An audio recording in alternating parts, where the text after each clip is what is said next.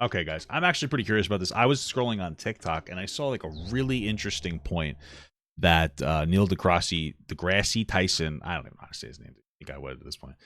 I saw him make a really interesting point about, I think it was trans women in sports, and we'll talk about it as we get to the point in this conversation. It's the Triggernometry podcast. I like the guys on the left. I think they're pretty interesting.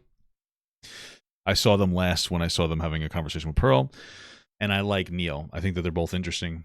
So I want to take a look at that. And we're going to listen to their conversation. Let's go. So now we have people in a once-in-a-century pandemic trying to communicate with fascinating I'm just going to skip past the intro. people. Our brilliant guest today is a prominent American astrophysicist, the author of many books, the latest of which is called Starry Messenger, Cosmic Perspectives on Civilization. Neil deGrasse Tyson, welcome to Triggernometry. Thank you. I thought there'd be math on the show, but apparently not. we will see. We'll see how much math there is. That's the only reason why I It's the Triggered podcast. That's what the whole joke is. agreed to this, that we do some... All right, well, 2 + 2 = 4. I hope we can agree on that, although some people dispute even that these days. Yeah, But anyway, okay. welcome. It is a clever name for the show. Triggernometry. That's good. But One of the greatest astrophysicists in the world likes the name of the show. I think we've done well. So Neil, welcome first of all. I cannot wait to talk about your book, because one of the things that whenever I'm having a particularly bad day or things are not going well in my life, I'll stick one of those YouTube videos on that shows you a zoom out from planet Earth into the solar system. That'll do it every time.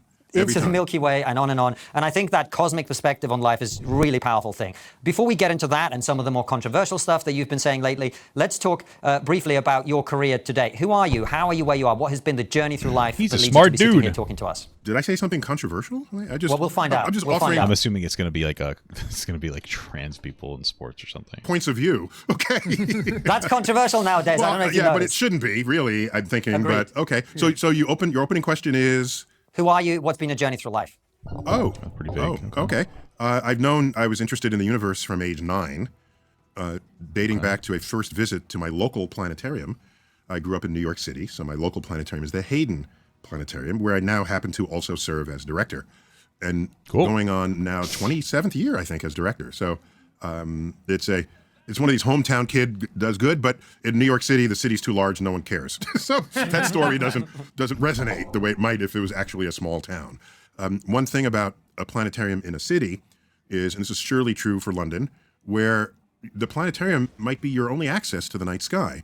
Because big cities, in the old days, there was air. That's interesting. I mean, there's so much light pollution. You really don't get to see anything. That's actually pretty interesting. I never really thought about that. Okay. Pollution today. There's light. It's like somebody who's never seen snow before, you know? I'm sure that's a very jarring experience. Pollution. And so it blocks what would otherwise be your access to the cosmos. And so for me, my first encounter with the night sky, I kind of thought it was a hoax, right? There are not this many stars in the night sky. I've seen all 12 of them from the Bronx, okay? So I would later learn, of course, that the sky displayed in the planetarium dome was the real sky, a version of the real sky. But to this day, when I'm on mountaintops or some of the finest observing locations in the world, I find myself thinking, this is so beautiful. It reminds me of the Hayden Planetarium. I know that's a sad fact, but it's real. I feel it. So I've been thinking about the universe ever since. Early on, I'm just reading books, and then I align my academic career to fulfill that interest right on through a PhD. And so I did research mostly many years ago. Lately, I've been mostly in the public eye, writing books, appearing in documentaries, among them Cosmos. I did the second and third versions of that. Carl Sagan did the first. My wife was in the chat. When I went away to school, it was crazy. We were in the middle of the farms, and the first night, all the city kids were outside just looking up. It was actually a nice experience. That's very interesting to me because I cannot relate to that. Maybe it's because I went camping, and so for me, it's a little bit different. I used to go camping. I'm pretty, we're always checking out the night sky. It's part of the thing. You just sit under a campground and hanging out with a bunch of dudes, you kissing, a bunch of gay shit. So that's not an experience that I could really resonate with. Back in 1980, very honored to continue that tradition of bringing the universe down to earth to whoever will listen, and as a servant of their curiosity. So that's who I am and what I've been about. And you've been communicating science to the public in very interesting and appealing ways for a long time. Why is that important, Neil? Why is it important that we as the public are informed about the science? Yeah, I will not tell you. I mean, I feel like in general, it's just important for people to appreciate academia and science more than anything else. Appreciate what how the world actually works instead of gravitating towards something that's not real or fantasy-esque. You know, just makes sense to me. And you also want to make sure that you encourage children to engage in this type of stuff. Like, you want to get kids excited about science and math and stuff. That's nerd shit. But if you get excited about it, it makes you want to do it. Passion is what drives people to do anything. If you have a passion for science, if you have a passion for math or English or literature or whatever, you're much more likely to become have a job in that particular field. You want to get kids excited about these things so that they will engage in it, they will love it, and they will be able to progress the next generation of people further. Because that's how these things work. Is we come up with a lot of different aspects of science and academia. The kids learn about that quicker than you usually will have learned about it, and then they will be able to progress and change. That's why basketball players, football players, baseball players generationally get better year after year, because people have figured out the right way to do a particular thing. They pass those teachings and that knowledge on to the next generation, and then the next generation is just a little bit better than they were before. That's how this whole thing is supposed to work. So I'm gonna die. What you should think is important, because I'm just offering content, and I'm not going to hit you on the head to require that you listen to me. I'm not going to do any of that, because I'm much more passive about it. Even if it doesn't feel that way, because my face is everywhere and videos are everywhere, of course, and I'm active on social media. And so the algorithms could possibly stick me in front of your device more often than you might want. But really, I feel more passive about it. These are offerings. And what's perhaps distinctive about it, and thanks for noticing, is that there are many different platforms on which I bring the universe to you. And these different platforms aren't simply because you're watching this and somebody else is watching that, and I want to reach both of you, sure. But I write a book, but they're people who don't read. Not that they're illiterate, but that's just not their main choice. Yeah, I mean, I'm not a huge fan of reading, so I get that. Of how they learn. They might prefer documentary, so I appear in documentaries. Ones that I've hosted, and others where I'm a talking head within someone else's documentary. There are people whose lives pivot on their social media interfaces. So I have an active Twitter account, X account, they would call it today. I even have an active TikTok account. And I have people advising me who are 1/3 my age on what would fit today versus tomorrow on that TikTok account. I mean, it's smart. You got to make sure you get people interested in engaging in that. I mean, it's the only way that you can do it, you know? It's a smart thing to do. You got to make sure that you can get the younger generation to help you, have a conversation about what's actually important to them and the way that they can learn and what they sound interesting. So I'm on many different platforms, and my podcast, which is called StarTalk, I have a professional comedian as my co-host. Interesting. And I've had people, and the DNA of that podcast is there's science, humor, and pop culture, and the three of those threaded make a tapestry of that you can snuggle in and embrace the universe as fed in that. It sounds like he's trying to groom us into enjoying art and science, guys. We got to do something about this guy. Oh, fuck. Those elements. I've had people say to me, "What do you need the comedian for? I just want to listen to you." Well, there are these other platforms where. Because people like the comedy guy. It makes it more palatable for them to learn about nerd shit. And it's a good thing. I'm like memeing when I say nerds shit. It's a good thing. It's just me. Go ahead. All right, I have a master class. It's just me. I have that. But there's some people who like to laugh while they're learning. Bridge. And they like the references to pop culture. I love laughing while I'm learning. When I was younger, we used to bully this kid who couldn't read very well, and it made me laugh all the time. That's why I did so well in school. But I don't know if it was as funny to them, to be honest with you. So, actually, there was this kid in my school, and I never used to do this. He was so mean. I'm pretty sure he might have had autism or something. And he fucking hated Chalk Zone, man. This dude hated Chalk Zone. I mean, with a passion. And so sometimes, and this is horrible, and it's so offensive that people ever did this, but some of the kids in the class used to sit, when they wanted to fuck with him, they used to sit down and be like, "Rudy's got the chalk zone. Rudy's got the chalk," and they would slowly get louder as time went on. They just get a little bit louder and louder and louder until he would get really angry and he would get up and start screaming. and it's terrible. I never participated in that. That's a terrible thing to do. Because they care about pop culture. That's almost the definition of pop culture. Stuff we all care about, whether or not we want to. You know who Beyonce is. You know Taylor Swift. You know, the Pope might have said something recently, or Trump. This is all pop culture. And there's a scaffold. You walk into my room, my platform. You walk in with a scaffold, and I know what constructs that scaffold. And I find science that can attach to it. So I don't have to teach you the pop culture. You already know it.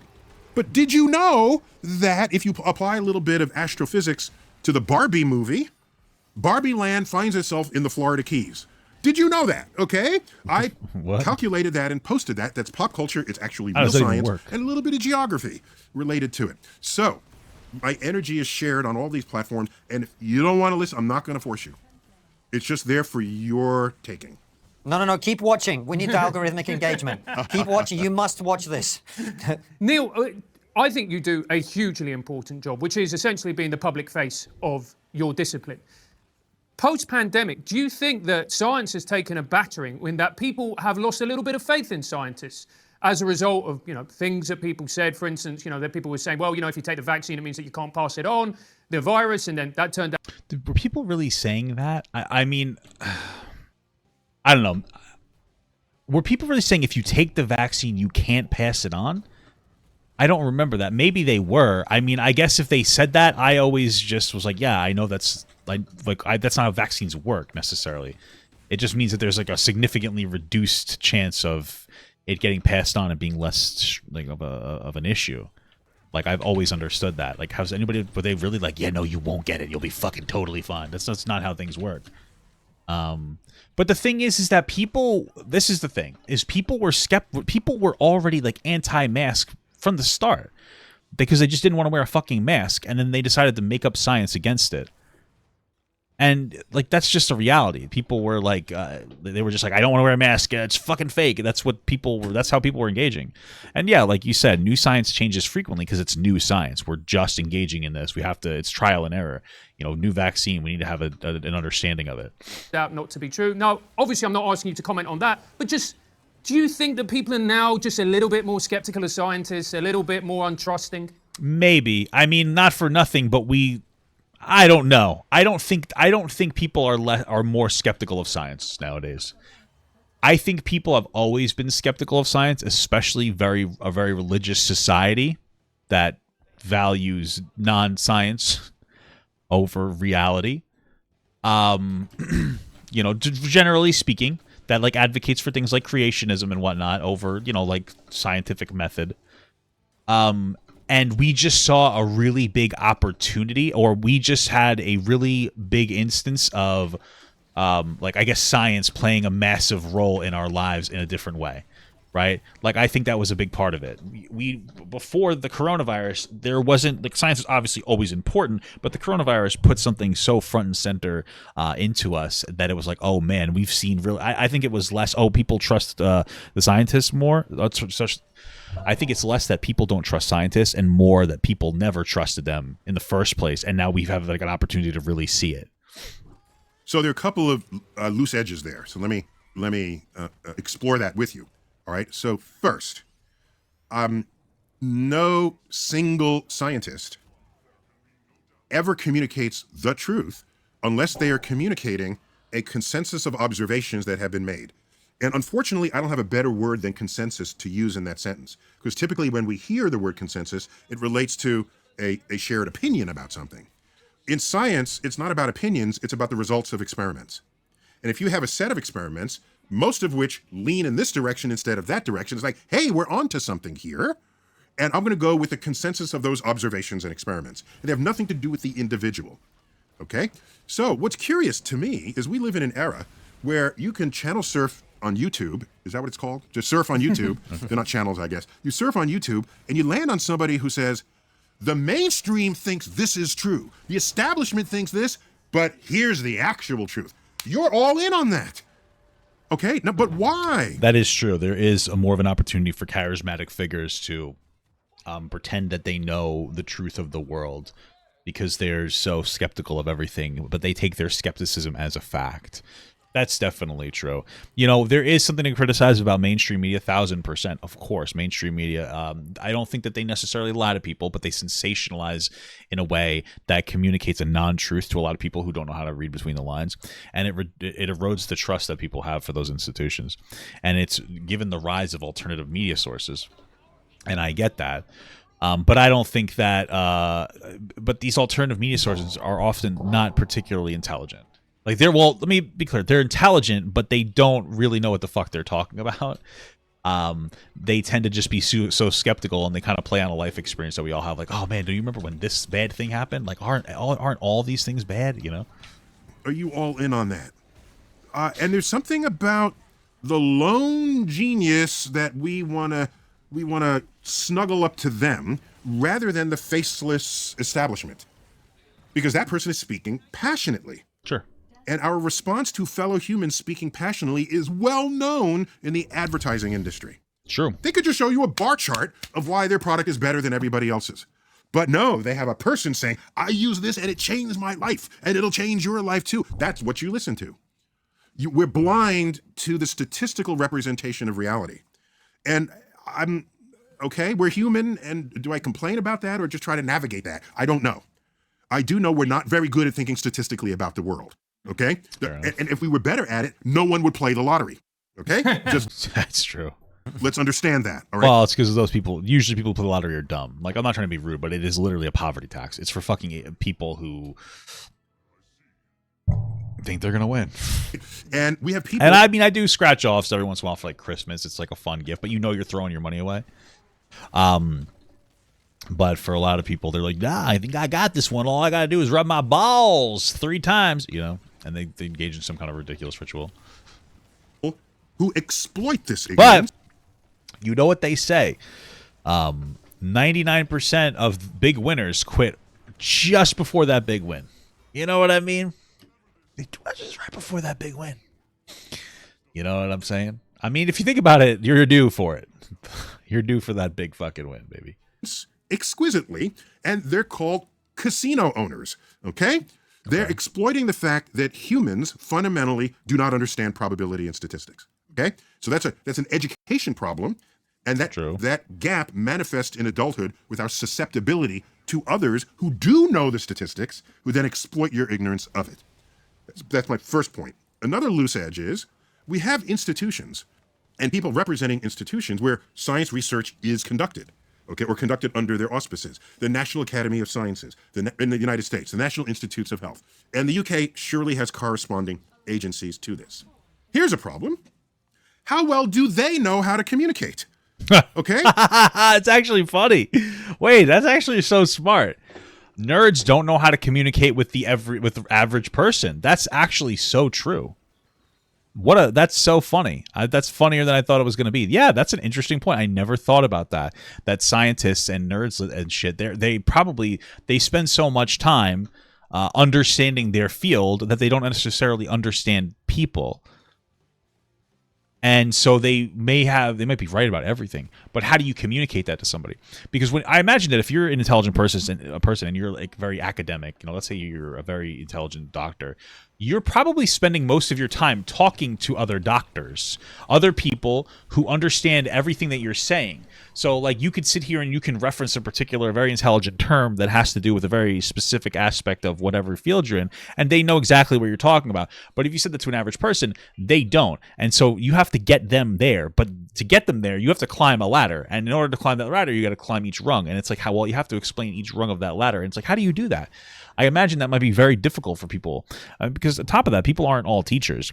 Teaching is about getting somebody is looking at a destination and figuring out how to get somebody to that destination effectively, which can be a difficulty in and of itself. So yeah, that makes a lot of sense. I never thought of it like that. That's very clever. We're not as scientists. We don't take graduate courses in communication and how people will misthink what you say, or how you'll try to say something in a way that no, none of them are trained in this. So now we have people in a once in a century pandemic trying to communicate science to the public. Okay, I don't want to call it a total disaster, but there were parts that it was like no. This is a very smart point. So with the benefit of hindsight, let me say how it should have happened. Okay? The CDC, the Center for Disease Control and Prevention in the United States, here's what they should have said. They should have said, here's what we know. They should have said, hey, guys, we're going to show you Michelle Obama's titties if you get the vaccine. Done. Or Hillary Clinton. I want to see both, frankly. Okay. Day, based on a set of research results that have come in.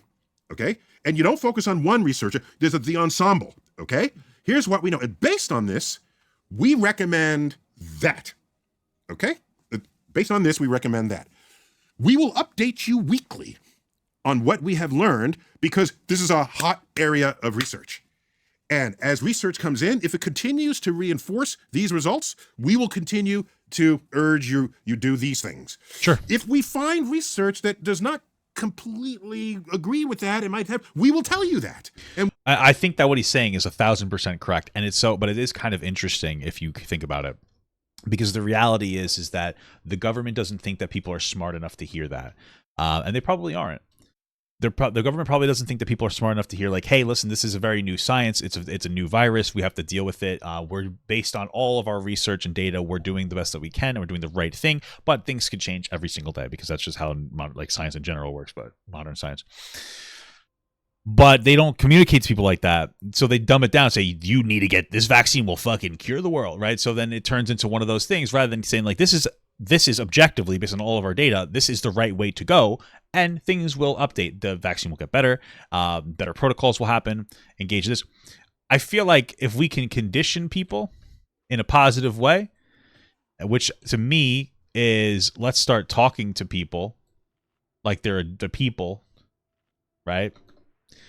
If we started giving the public a little bit more benefit of the doubt and started talking to them like they were adults instead of like treating them like dumb fucking babies, I think that we could have a positive outcome of conditioning our society to be mature enough to handle information the right way. We will be honest about these uncertainties, okay? And we will only make a federal level requirement when we have the statistical confidence in the research that has been conducted. That's how it should have unfolded, but it didn't. That sounds so good, Neil, but we were so far away from that, weren't we? We were, but to do that, it requires that you have some sense of what this, because if you're... I think the reason why things didn't go perfectly to plan is this was something very new and a lot of people were nervous. I remember that there was a lot of external factors, that were happening. Like there were groups of people buying up all the masks and all like our sanitation equipment and whatnot. That was making it difficult for doctors to get access to the shit that they needed. They had to take their gloves and like reuse them, but they would disinfect them, of course. But that's insane, right? It's because there was such a shortage. They had to do things like the perfect right way. And so it's difficult to do things perfectly. Reporting science, you're reporting the statistics. You're a coward. Tell them the truth. Tell who the truth. What are you talking about? Who are you talking to?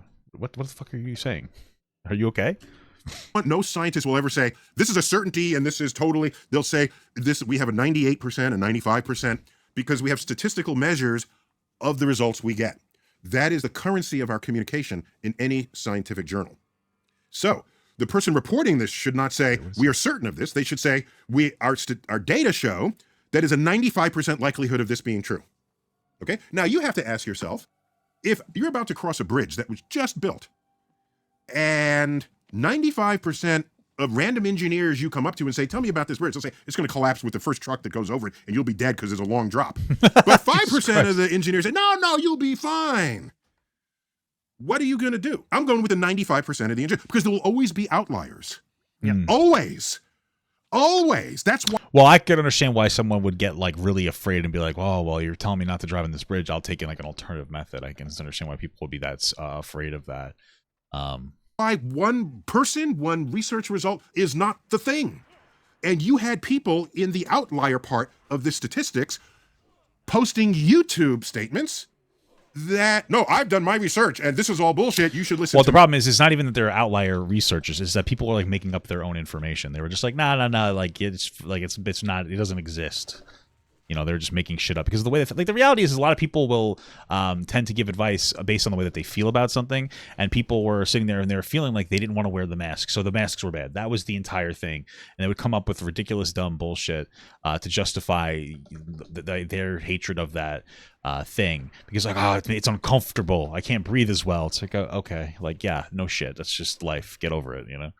Me, no, never do that, never. Never? Haven't there been people screaming at you here? I'm getting excited. Yeah, no, it's great. It's great. But Neil, to engage you on that point, no one research result should be accepted as the truth. It has to have verification as a double check. Was there bias? Did their wall current fluctuate when they got the result from their plug-in experiment? Were their data complete? Were it not? How did they do? I'll give an example. Here's an example. There was a research paper that came out recently that said that mask wearing was no better than non-mask wearing, okay, for COVID. And I said, wow, that's interesting. Yeah, my wife is mentioning that. I was like, there's no way that that's true. I don't believe that. How did they get these results? Because, and just like almost like a basic perspective, like almost an intuitive common sense to me. It's like, if I sneeze with a mask on, you're less likely to feel the sneeze than if I sneezed without the mask on. So to me, it's like, okay, I think COVID goes in your sneezes. So wearing a mask is an effective measure. I don't think that's a hot take. I think that's a pretty bland and boring take, to be honest with you. It's like the same thing. People are like, oh, climate change doesn't exist. And I'm like, I would never put my mouth on the exhaust of my car. So I feel like that's probably bad for the environment too. There obviously is more to it than that. There's data that also backs up the fact that these things, COVID is bad and climate change is bad. But my point is that there are some very localized experiments I can engage in to go, yeah, this is pretty fucked. That's the way I look at it. So they showed their studies and people who said whether they wore masks and those who didn't, okay? And they compared those results. What they said? And I said, wow. I wonder if the people who said they were wearing masks had it completely covering their mouth and nose, because we've seen mask wearers where the nose is sticking out above the thing. We know people. Oh, is that what it comes from? People reporting on if they were or weren't wearing masks, they weren't actually vetted correctly. Oh, interesting. Yes. Okay. That there was no mention of the integrity of the claims of people wearing masks. So then I thought to myself, if your result is that mask wearing does not prevent either the transmission or what's the other way, where you would receive COVID or you spread COVID, that would be the result of the century. But the way you test that is not asking people whether they wore the mask. Here's an experiment you would do. You get the N95 material. You'd set up a membrane of that between two sides of a container, of a vessel. And you put COVID vaccine aerosol on one side and make sure it's not on the other side, and then put a pressure difference between the two so that this air flows across. And test to see whether the COVID aerosols made it through. If they made it through, then you'd have an authentic scientific result that said the mask does not work. Gotcha. If they don't make it through, then you have a result that... I gotta tell you, one of the things I love about Neil is he does not shut the fuck up. But it's something that I've come to really, really enjoy from Neil. Like, I've seen him kind of piss off Joe Rogan because he talks, and like other people don't really get an opportunity to talk. But but what he's saying, it's not like he's just babbling. What he's saying is it's all necessary information. Like, he's like objectively correct about what he's saying. He's like, yeah, and he's giving us a ride. We're going for the entire ride of information that we need to hear. I appreciate it, but it's so funny because other people are like, I actually want to talk, and he's like, no, shut the fuck up. I have something else to say. So they do. So that's how that experiment should have been conducted, and it wasn't. So, but everyone jumped on it who didn't want masks to have mattered. True. And they accepted this one result because it fed their sense of the world. True. But that's my overblown response to your very simple question about the COVID response and the scientific establishment. So yeah, there were issues in the communication. There's issues in how we receive information. There's our urge to believe the lone person, which has deep flaws completely built charisma. into it. And so I hope in a century we remember some of these lessons as we go forward. I think it's a very profound point. I think also as well, I guess my problem with the way that the entire pandemic was communicated, there were people who were incredibly notable, experts in their field with glowing reputations, who proffered a different view. And that's my point. It doesn't matter. Your reputation, your title, none of that in science None of that matters unless, by their reputation, they have access to large-scale studies that they are reporting to you. Interesting. I know it's such a non-profound point, but at the same time, it's just such an interesting point because there do seem to be some somewhat prominent individuals, or well, I guess that one guy lied about being like super impactful for the COVID study, but whatever. And they're like, well, this doesn't exist to me, and it's like, okay, well, unless they have information that none of us, the rest of us, aren't privy to, that doesn't matter. That just means that you like that guy more, or you feel he's more reputable. But he's still interpreting the same data and statistics the rest of us are getting, because he didn't do the study himself. So he's interpreting the same data, the same statistics as the rest of us have. He doesn't have access to anything else, and if he does, then he can show us that. But they don't have access to anything else. They're just telling you that they don't like it, and that's probably because people in any field are also. That doesn't mean that they are. Just because you're in a field doesn't necessarily mean that you're not a human being that has human being experiences. You could be a scientist that still hates COVID and thinks that and you're still a fucking conspiracy nut, right? So yeah, sure. I mean, that makes sense. Okay, but not the lone person who says, I have this degree and I hail from this storied institution, and I'm telling you that all those people are wrong. That is the sure sign that you should not pay attention to them. Okay, this spills over. This spills over into our UFO hearings here in the United States. There are people testifying that they have aliens stockpiled in the back room, and the introduction of them, there's a colonel or there's a this, and they're a credible witness. No such thing as a credible witness in science. Are you human? That's all we care about. Then I will not trust in your account more than someone else's. What I will trust in is the data brought to you by means that do not flow through the biophysiology of human senses. And so, yeah, I don't care what the pedigree is, and that's a problem. Yes, it's a complete problem. Do you have a website, or do you plan to have a website? Because if you do, no. Then Easy DNS is the company for you. Yeah, I agree, guys. That's the company for me. Tells you. I suppose the question would be in that situation, and I'm not talking about COVID specifically, but if you look at the history of science, and you'll know this way better than I do, of course, has there not been a historical role for people who are outliers, who come in and go, I've got this crazy idea that perhaps people dismiss initially, but later turns out to have actually been correct? Sure, that always will exist, but I imagine that the logical, how you doing, brother? I imagine that the logical way that would work is somebody would come in and say, like, okay, I disagree with this, so I'm going to do an experiment, a tested and trusted experiment to prove my findings. Whereas I haven't seen a single COVID person or a COVID denial person come in and say, here's some like really big information you're missing. There's none of that. Like Neil said just before, the statistic or the information that said that masks don't actually work, it was just asking people if they thought the mask worked, basically. Like, hey, did you like, that was effectively what it was. They didn't actually test the membranes of different masks to see how effective they were. It was basically like, do you feel like this helped? That was effectively the level of reputability and trustworthiness of that study. Hey, thank you so much for the 10-month small gut from Callie Ray. Howdy, ho papa, and hello, you lovely chatters. Thank you so much. Yeah, the press loves talking about those people, and yes, they exist. They're rare, but they exist. What you don't hear about are the tens of thousands of other people who had crazy ideas who were just crazy.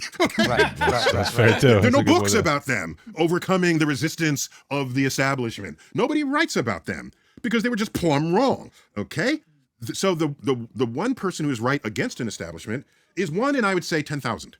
Okay. And that's not enough to put all your piggy bank on the YouTube video of that one person thinking they're the one in the 10,000. Completely agreed. So I guess the next question, logically, is what do we do with those people who, to use your terminology, are plumb wrong? Because we saw during the pandemic, these people were demonetized. They had their channels cancelled. They were shadow banned. And I think that fundamentally Neil's argument of like, just talk to people like they're not fucking morons, I think is smart. You know, talk to people like they're adults and explain to them how science works and say, listen, this is based on all the available data we have. This is the right way to go, but we will update you in a week because that might change. I don't think I didn't hear a single person say that. I think if you give people a little bit more, I'm gonna get fucking ganged again. If you give people a little bit more credit, they might surprise you, and that might be the best way to go. Just talk to people like they're human beings and see how it goes. I think that if you start there, people, they might be uncomfortable, especially at first, but they will feel more trusting in you because you're not lying to them. But if you make like a grandiose statement that it becomes that may not necessarily be true as time moves on, there's more of an opportunity. And I do think that like government institutions felt very pressured to get control of the virus, of course, because it was horrible. It was intense. It was destructive. It killed a lot of people. And so they might have felt pressured to say particular things to get people to make sure that they, acted correctly. But you have to make sure you have trust in the people that you're leading, and that should have been how it was led. All of this kind of stuff. Now, from a layman's point of view, I don't think that is a good way of dealing with that, because what you do is you give these people a glamour they perhaps don't deserve, or they don't deserve, because you effectively say their voice is so dangerous, they can't be, they must. Yeah, like listen, it's an interesting conversation because they're talking about censoring people that push COVID misinformation. I think it's a difficult decision to make about what is and is not acceptable to ban in this instance. When it comes to the pandemic, like Neil said, this is a once in a lifetime thing. And there's some information out there that can kill people. If you're sitting there saying that vaccines and masks don't work and that you shouldn't social distance, you're going to kill people. And so if there are people who are saying those things without any information whatsoever, and you're in the middle of a pandemic, which was killing hundreds or millions of people a year. I think in America alone, it was like 300,000+ people a year based on excess death rates. It's a lot of people. You have one or two choices. You can either ban them or don't ban them. Now, me personally, I think when it comes to misinformation and disinformation, the way that it should be handled is by having the website, let's say YouTube or Twitter or whatever, put a footnote underneath that explains the truth to people so they have the option to get educated rather than to censor the information in the first place. But when you're in a very time-sensitive situation, their argument is like, we need to just suppress the lie, the misinformation, the disinformation to protect people. And it's not good and it's not bad, It's a tough call to make. So, be silenced. So that's an extremely important point. I just have a different answer than what you're looking for. I think it's a matter of free speech. And if there are risks in a world of free speech, that there could be people who are dangerous because they create instability in a system, or because they lead people on a track that may be impossible to reverse. You look at Hitler in 1930s Germany, for example. Sure. It required all-out war to sort of correct the attitudes and feelings that Germans had about themselves relative to the world at that time. So there's a risk when you have a free society. For me, as an educator, the antidote is the education of how to listen to people. So you nip that in the bud from the beginning. So if someone is speaking highly charismatically about something that's completely opposite what a mainstream view is, I will approach them with skepticism, no matter how charismatic they are, because I will know that only 1 in 10,000 of them will ever be correct at this. Right. And no, we don't give courses on the 10,000 people that were wrong. No. Damn, they really should have just had Neil announce all the COVID information. I feel like that would have been the best way to go, We don't. That's a waste of everybody's time. So, for some reason, over recent years, the word establishment has become a bad word. I represent the establishment. Oh, well, you must be wrong then. No, that's not how it works. It's not how it's... Yeah, it's so interesting because those people who are like, oh, if you represent the government of the establishment, you must be wrong. Because their argument is that the establishment is basically woke and that they are always wrong. But then they're just being sheep in the opposite direction, right? They are, instead of believing everything that's said, they just disbelieve everything that's said. It's like, oh, okay, like that, you're still being controlled by them. It's just like almost reverse psychology at that point. It's ever worked. Yeah. So I'm not saying you should always believe the establishment. What I'm saying is, if you want to believe someone who is against the establishment, you should do a little more homework before you go that way. I mean, I think the it's a lot homework of isn't I only think a lot of it is educate. I mean, people need to be smarter. I think that one of the reasons why people think media is lying to them, because they don't. Again, they sensationalize, is because they will hear sensationalized information. They don't know how to parse through it. People will hear. Everybody has a different relationship with the things that they hear and what's said to them. I always engage in a healthy amount of skepticism, and so I will usually, like when I engage in some stuff, I'll pick apart all the language, be like, well, they said this, and that doesn't make any sense to me, right? They use lawyer speak. They use language that encourages plausible deniability. So you kind of have to be smart. You just have to have a decent education to be able to parse through that type of information. And we're not affording that to everybody, especially people in the South. So we got to figure that out, baby.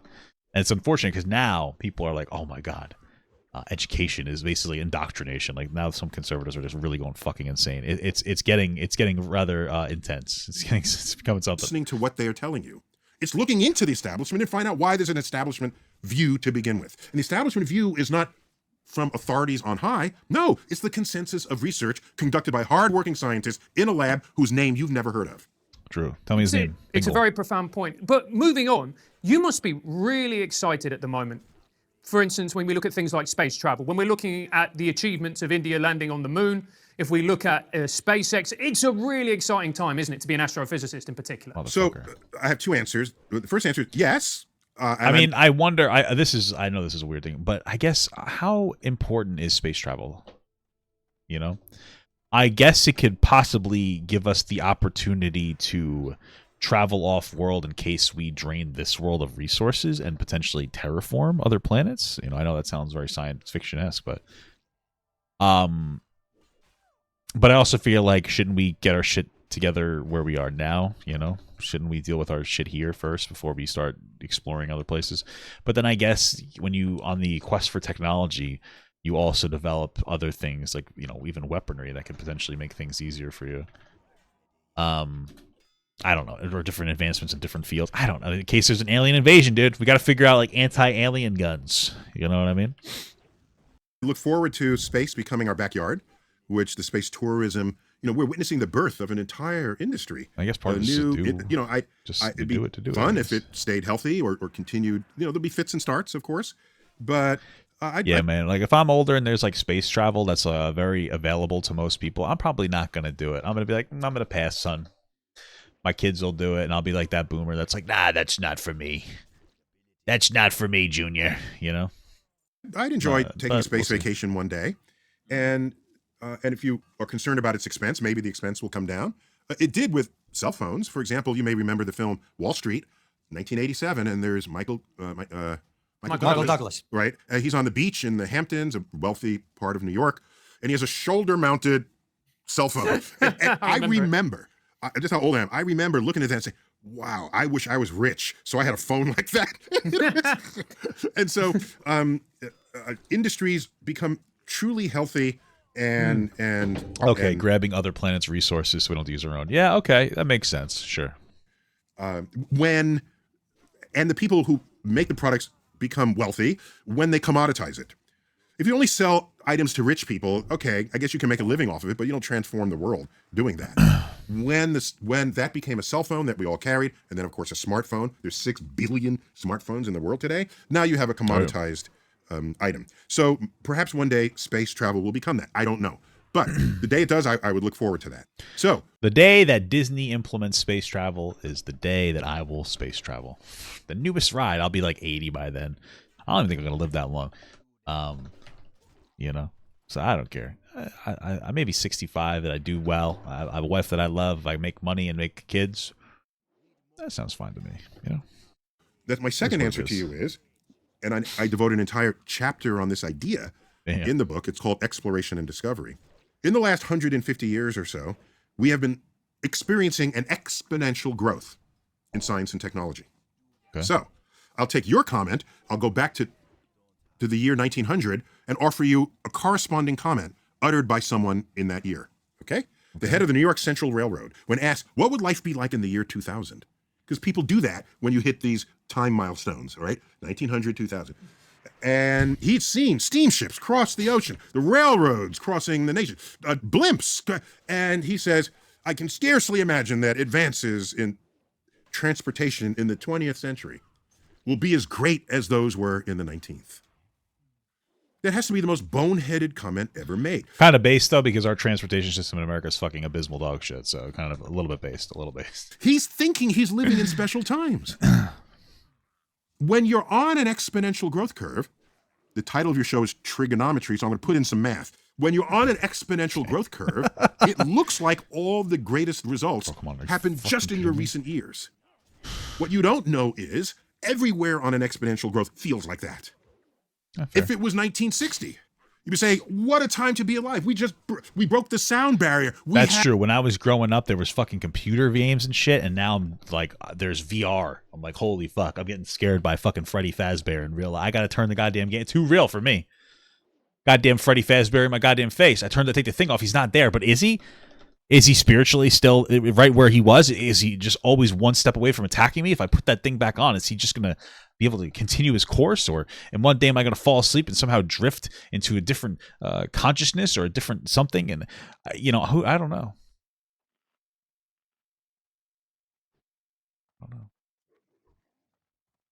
It's a scary concept, brothers. It's a scary concept. Have satellites in orbit around the Earth. We left Earth. Oh my gosh. That's what you'd be saying then. So no, I'm not going to say, what a time to be alive. Because I love this right now because they're just barely talking and they want to talk, and Neil's just fucking yapping, but in a good way. It's the best yapper I've ever seen, bro. Like everything is relevant information. Everything is positive and constructive, and he just has a lot to say, and they're just like, all right, let's hear it. It's funny. Anytime in the last 150 years, I could say exactly the same damn thing. After a sentence that you would utter, you shared with me what had just been discovered. And why is it so important that we go out and we discover space? Why is that important to the human race? I'm not telling you. I said I'm not going to judge what you should think is important. What I'll tell you is... Well, tell me what you think, Neil. Don't you kind of want to know if an asteroid is coming? I'm just thinking, I'm betting that if the dinosaurs had a space program, they'd still be here because they would have deflected that asteroid. They are. They're called fucking alligators, Neil. All right? They're called fucking alligators, bro. Took them out 65 million years ago. And haven't you ever walked out at night and looked up? I know the UK, you have a lot of clouds and things, but in places that are perennially clear, the Middle East, any desert area, the outback of Australia, you look up. I love the outback. I've never been there before. What is all of that? Where did I come from? Where is it all going? These are deep, profound questions. If you don't happen to have those questions, no one is going to force them on you. But those who do will push themselves into new realms of thought, into discoveries that would have previously been inaccessible because the answers to my questions require that I innovate in ways that bring new discoveries to civilization. So if you were around 30,000 years ago and we're huddled in a cave and the youngins say, you're the wise elder, right? Yeah. And you say, the youngins come up, you say, we took a peek outside the cave door. It was left ajar. The cave doors have hinges. Probably not. I took a piss. It was left ajar. And we see like hills and mountains and valleys and trees with these round things on. You wouldn't have had a word for fruit yet. These round things. We want to go explore. But you're the wise elder of the cave. You say, no, we have to solve the cave problems first before anyone leaves the cave. That's what you sound like to me when you say, why are we looking out into space? I'm just... I mean, it's a good argument, but I can understand why people be like, well, we have a lot of problems here. Let's focus on this first. But then at the same time, like, yeah, you're right. I mean, that makes sense why we would invest in that type of progress. Delighted that you called me a wise elder, Neil. I'm going to be honest with you. You're a shitty wise elder, that I think was the point of that story. You weren't very good. You'd help him out there. He didn't really You're a very dumb wise elder who restricts human growth. I'll still take it. But Neil, I'm curious. So we had Eric Weinstein on the show recently, and one of the things that he talked about, obviously, if Einstein is right, our ability to explore space is very, very limited, at least in physical capacity. What do you see when you look into the future? Are we going to go to Mars? Are we going to try and go beyond? I think what we got to do is we got to bioengineer people who can fucking jump real high and they can hold their breath for a long time. They don't even need to breathe in space. They just hold their goddamn breath, brother. Then there you go. Then we can easily travel. So we can just jump from planet to planet. And then we save money on fuel. I don't know what I'm saying anymore. But okay. Is that on the menu for us? I don't see... what was his biggest objection to exploring space? With chemical rockets, you can only go so far. So with chemical rockets, you can get to the planets, surely. You can get to the outer planets. It would take a couple of decades. So if we start living a little longer, let's say we start living to 150, then that's not entirely out of reach given the recent advances in medicine. Interesting. We would certainly visit the moon, Mars, and Venus is too hot, but the moons of Jupiter and Saturn, maybe. You can do that in a lifetime. But beyond the solar system, no. It is hopelessly far away. Correct. It is the fastest spaceship we've ever launched, which didn't have humans on it, so you can really punch it, all right?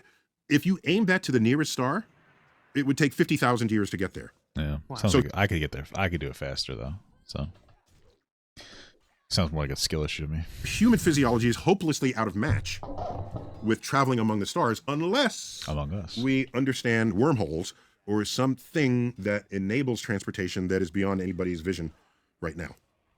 And That'd be is there any progress being made? Imagine if we could like harness wormholes and we could jump from like planet to planet so easily. I don't know. That'd be fucking crazy. Just teleportate. I mean, I have a very limited understanding of that. So to me, that's like fucking teleporting.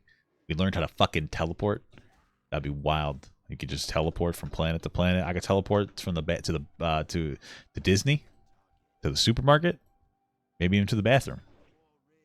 I know that's very lazy, but that's what technology does. It makes us lazy. Made towards that understanding? Basically, we just need to create a doodle jump machine, and we're going wherever the fuck we want, baby. Of something like wormholes? No. But next question. So for the time being, we're enjoying, what's the dude's name who opens the portals through Doctor Strange, Rick and Morty, Rick. These are wormholes. He said Rick and Morty, Rick and Morty.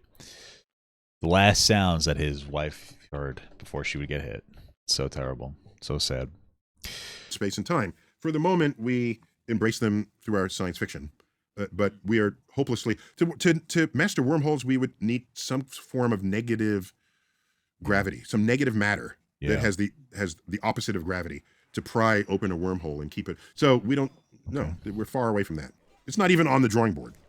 And you mentioned the questions that we all have not all, many of us have when we look up at the night sky and start to get a glimpse of our place in the universe, which is an eye-opening experience for many people, even as a kid. And I'm curious what you think. Obviously, you talk about it in the book. What are some of the interesting and important messages that we can take from looking at the world with that cosmic perspective? Yeah, thanks for using the word messages, because Starry Messenger, that's the main title of the book. The subtitle is Cosmic Perspectives on Civilization. The first half of that title is taken directly from Galileo. His first book, reporting on what he discovered when he took the freshly invented telescope and put it onto the sky. And to him, these were starry messages. So his first book is Starry Messenger. And so when you learn about what's going on in the I don't remember what the fuck the question is anymore, brother. universe, and then you look back at Earth, it changes you. Right? Let's go back to the Apollo era. Yeah, we went to the moon to explore the moon, but the astronauts looked back over their shoulder and they discovered Earth for the first time. Wow. You realize nearly all the most important legislation passed in the United States and a few years later around the world to protect Earth. Okay, we had a Clean Air Act, a Clean Water Act, a clean, the first Earth Day, all right, was in the United States, then it went around the world. All of that happened while we were going to the moon. Yeah. Between 1968 and 1970. I mean, that's very interesting because obviously I grew up. I mean, I'm 33, and so for me, within I would say my formative years, we were already having conversations about climate change in a positive way of like, hey, we need to make things better. And so this is it's like similar to what we were talking about before, where he was talking about before, where these kids will go to planetariums in the city and they're like, wow, there's so many fucking stars. It's such a resounding or incredible experience. And it's so interesting to me that going to space for some people was a similar experience that put things in such perspective that they changed the world. They changed the way we interact with the world based on that. It was just such a profound experience that they're like, wow, we need to protect this thing. It's very real to us, because on scale, like we're just kind of moving around every day and, we walk outside and whatnot, but like the world isn't an entity to us, I think, or in a more intimate sense, but going out into space and just seeing the entirety of it in eye's view, that I imagine has a pretty profound impact on your, the way that you interact with the world, the way that you see the world. It really kind of personalizes it to some extent. 72, 73. All of that. Our Environmental Protection Agency was founded. We banned leaded gas over that time. We banned DDT over that time. Bam. All of that. I love the DDT, bro. I like the tombstone pile driver too, but they banned that as well. You know, they're just trying to make sure people don't get hurt because people have been getting TBIs, bro. It's fucked up. Before then, people had concerns about their local environment. You know, if there was a factory polluting your river, you'd try to, you try to fix that, the air, but it was local. Or you don't. You know? No one took the step back to think about Earth as a holistic system. Sure. That did not happen until the Apollo era. So, people say, why did we spend all that money to send 12 astronauts to the moon? True, to send dogs. What price would you give to this firmware upgrade that we all felt at that time, changing our focus of concern from your neighborhood to the Earth at large? How much is that worth to you? I don't know. 250. And I say firmware upgrade because there are people around that time, yeah, it's time to fix Earth. Are they actively saying, oh, it's because I saw Earth from the moon? No, they're not going to tell you that. Well, no, it's like a widespread. I understand. It's like a phenomenon. Some people saw Earth and, it resonated with them. And then other people started talking about this, that, and the other thing. And different things resonate with different people in different ways. So what gets you to start caring about the Earth might have been to see a picture of the Earth, right?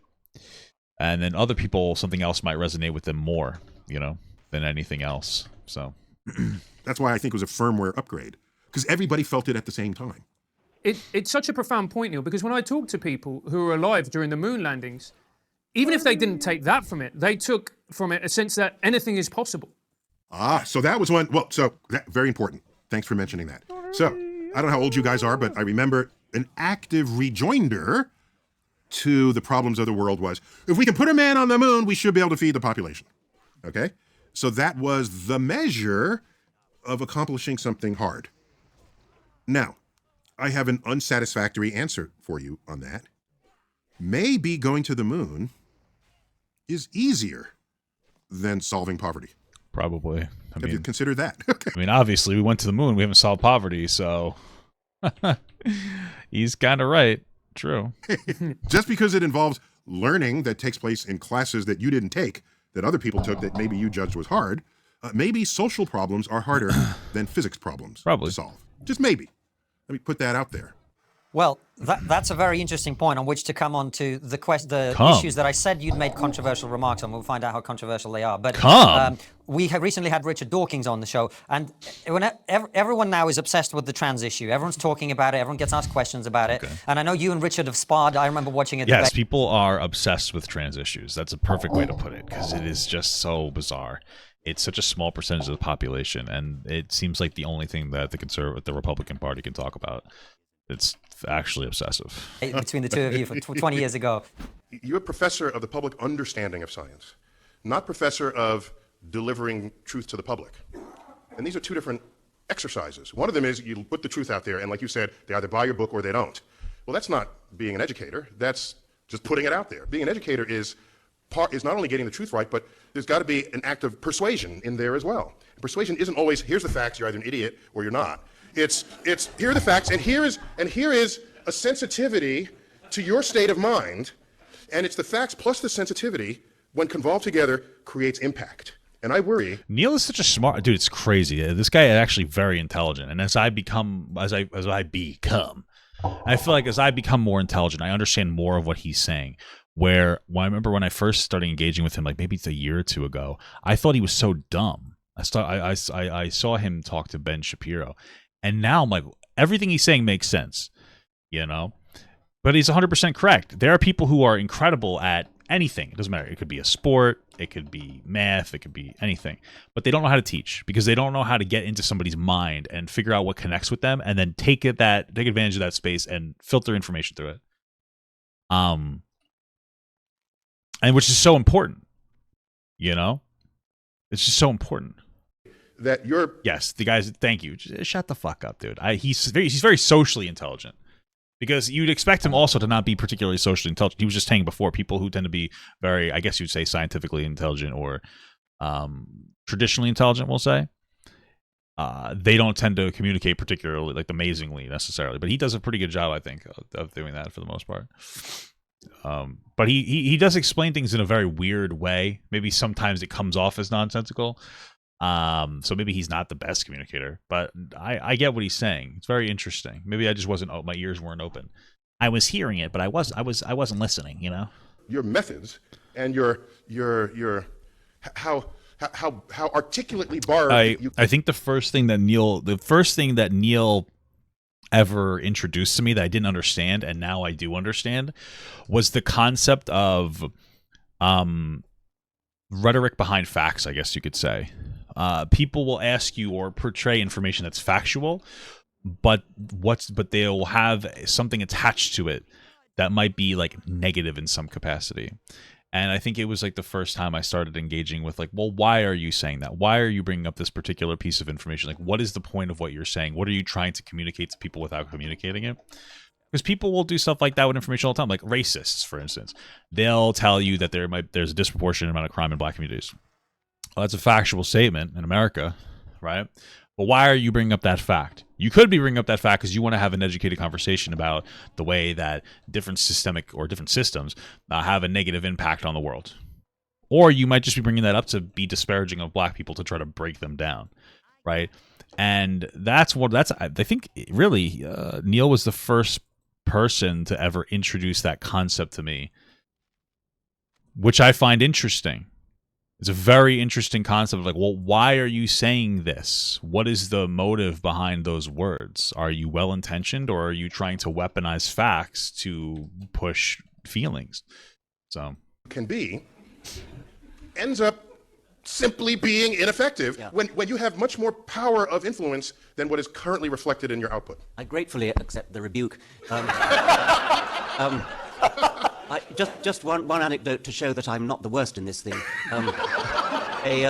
A former and highly successful editor of New Scientist magazine, who actually built up New Scientist to great new heights, was asked, "What is your philosophy at New Scientist?" And he said, "Our philosophy at New Scientist is this: science is interesting, and if you don't agree, you can fuck off."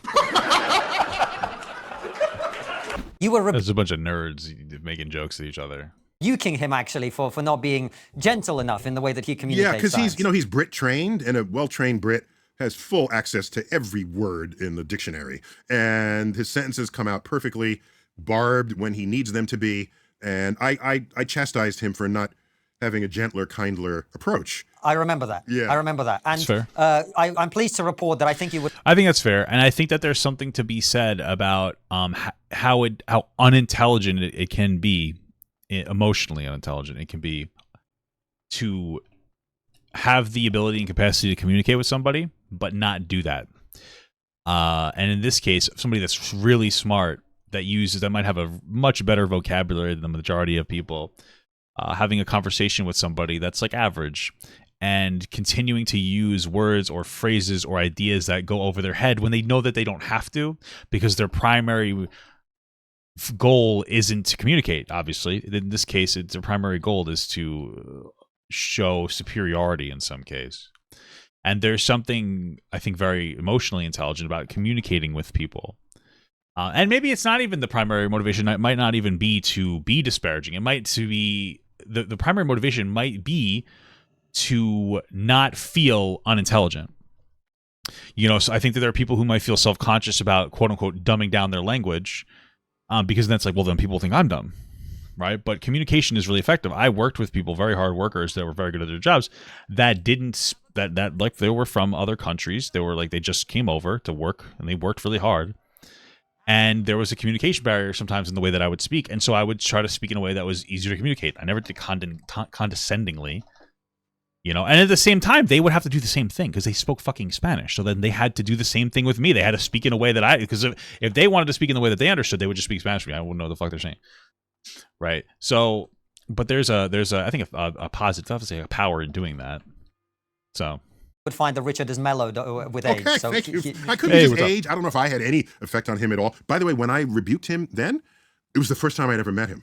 So I was even a little nervous because he was a hero of mine and I've read his books. But I said, I got to put this out there. And that was the first time. Yeah, well, I remember that. And now, of course, Richard has become very, I don't consider it outspoken, but he's spoken openly about his views on the trans issue, as have you. Okay. And I was a little I don't have views so much. Let me just clarify. Okay. I don't run around with an opinion that I then foist on other people. I have opinions and they're my opinions. And I don't care if you have my opinion. But if you have an opinion that you're carrying, as an educator, I want it to be as informed as possible before you land on an opinion that you dig your heels in. Absolutely. So And this is my, I see that as my role as an educator. So continue. Quite. And the spirit of my question is very much in order to understand this, because one of your functions over time has been to communicate scientific knowledge to the public. Yeah. And that's why I was quite surprised to hear you talk about the idea that we all exist on a spectrum where you wake up one day and you feel like you're more female and more male. Apparently, the XXXY chromosomes are insufficient, because when we wake up in the morning, we exaggerate whatever feature we want to portray the gender of our choice. Yes. Suppose no matter my chromosomes, today I feel 80% female, 20% male. I'm gonna put on makeup. I'm gonna do that. Tomorrow I might feel 80% male. I'll remove the makeup and I'll wear a muscle shirt. Why do you care? Yeah. What business is it of yours to require that I fulfill your inability to think of gender on a spectrum?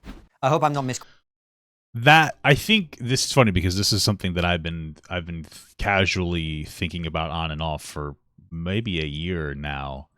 And it's a very interesting point about what does it mean to be male and female, or what does it mean to categorize things as masculine and feminine, and then having the idea or concept of waking up feeling different based on the day. And we all, just on a fundamental level, do that. You know, we wake up and we have a mood. And what that mood is going to communicate, how we're going to communicate ourselves to the world. There might be moods that I'm in where I do want to wear a muscle shirt because I'm feeling myself a little bit. Or there might be moods where I wake up and I want to cover up a little more. There might be highly energetic moods. I might be in very horny moods. I might be in a somber mood. There are so many different things. And then applying what is like masculine and feminine kind of concepts to those. I mean, we know testosterone makes you horny, so you could argue being very horny is a masculine trait. You know, it's just it's interesting, and I feel like it really gets into a more philosophical conversation about our relationship with our gender. You know, I'm still a man, and I've never woken up and felt like more of a girl. You're right, but that doesn't mean I don't do it. That could just mean that I don't label it as such, or I don't care about that. It's not something that I necessarily value. So I don't know. It's interesting. I don't know how I feel about it. It is interesting, because we will generally categorize different feelings and behaviors and attitudes as more masculine leaning and more feminine leaning. And if you're in a particular mood, I mean, you could be in a mood that would generally be considered more masculine or generally be considered more feminine. That's possible.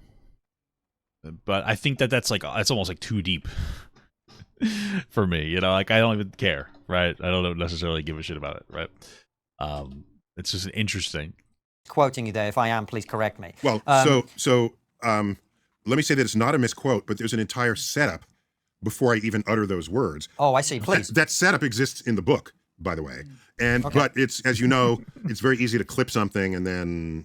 Oh, we know. We know. No, we you know. You heard that From this direct happens. personal experience. Yeah. So I try my best to have everything I say so self-contained that it's hard to clip it or to You misread have it. to Yeah. nowadays. Yeah. So So give us the full setup. What is, because most people going through the education system 10, 15, 20 years from now would have been taught in biology classes that there's... Yeah, I mean, you have to qualify everything is basically what we're talking about. Every little thing that you say or do a lot of times, because you'll hear me repeat phrases that are unnecessary to the majority of the audience that's watching my videos. But I generally try or feel the need to or try to qualify everything that I say to make sure that, like, if somebody either wasn't listening to everything I'm saying, because I do that all the time, or is new, that they'll understand where I'm coming from. males and females, men and women. And in very recent times, in the last 5 years, it feels like this understanding is being challenged by a different view. Explain that to us, if you would. Yeah, I mean, I think that it's just a concept of... Listen, to me, I like to communicate things the way that they make sense to me. I think everybody does that. For me, gender and sex, the difference between the two makes a lot of sense to me. There is your biological sex, what you're born with, and then there is a philosophical gender concept of you and yourself, and how you feel about yourself, and the way that you display yourself to the world, and That's the sex of your mind is your gender, really. I mean, if you separate between body and mind, you have the sex of the body and the sex of the mind. That would be the gender.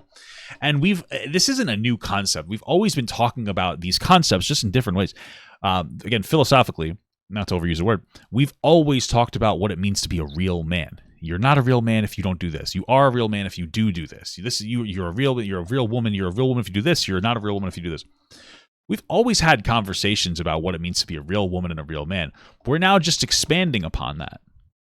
That's it. It's not like this super new thing. Like, all of a sudden we're talking about gender and what does it mean to be a man and a woman? Always have been doing that. We've always been doing that. And I do find it interesting that there are some spaces online that happen to be very transphobic. I say this somewhat frequently, but it's interesting that there are spaces online that are very transphobic that will say like, oh, trans women are invalid, et cetera, et cetera. But those spaces don't even know how to conduct themselves as a man. Those tend to be very like manosphere, male-dominated spaces. They don't know what it means to be a man. They'll praise sex trafficking rapists, or they will push the idea that women should endure abuse in relationships. That's not a man. But then they'll give you a passing judgment on trans men. And it's like, maybe you should take care of your house first before you step outside. Well, so it's very simple, actually. And like I said, I don't think I'm saying anything controversial here. I'm just offering a perspective you might not have had, which I would like you to have, so that when you assemble all of your thoughts and feelings and leanings, be they cultural, political, religious leanings, that you have all the information available to you before you land. I would claim that for many people's strongly held opinions or views, that when they become more fully informed, that the strength with which they were holding those views tends to fade or evaporate entirely. And these are cosmic perspectives that bring your view above all that divides us.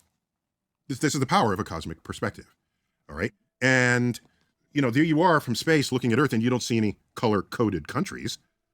Meanwhile, and throughout the book, I imagine what an alien would think who has no preconceived notion of who and what we are. They just observe. And they say, oh, what a beautiful planet. I'll get to your point in a minute, but these are my lead-ups to it. Oh, what a beautiful planet. Let's get a closer look. Oh, there's land and oceans and clouds. And then they see one species sort of dominating everywhere on Earth. And it's, okay, fine, we got one species. And then they look closer, and then they see that one species killing one another because of who's born on what side of a line in the sand, or who worships this god instead of that god, or no gods, or how reflective their skin is to sunlight, or whatever other reasons they come up with. And they're wondering what the fuck is wrong with this species. They're all the same species. And they'd rush back home and tell the rest of their fellow aliens there is no sign of intelligent life on Earth. Okay? This is how I think about all of this. Okay. So we look at this whole trans issue. I'm intrigued about how much attention it is getting. Just intrigued by it. And I'm a scientist. I observe, but I'm also an observer of people and pop culture and civilization. My father was a sociologist, active during the civil rights movement of the 1960s into the 1970s. I don't know when this will air, but when this will post, but August 28th, 2023 is the 60th anniversary.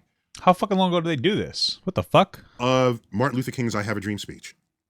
And that's one of the most popular speeches we know of in the United States, and I bet it has currency elsewhere as well. Oh, massively. Yeah, absolutely. Just because of the message he was communicating and the timing of it and all of the above.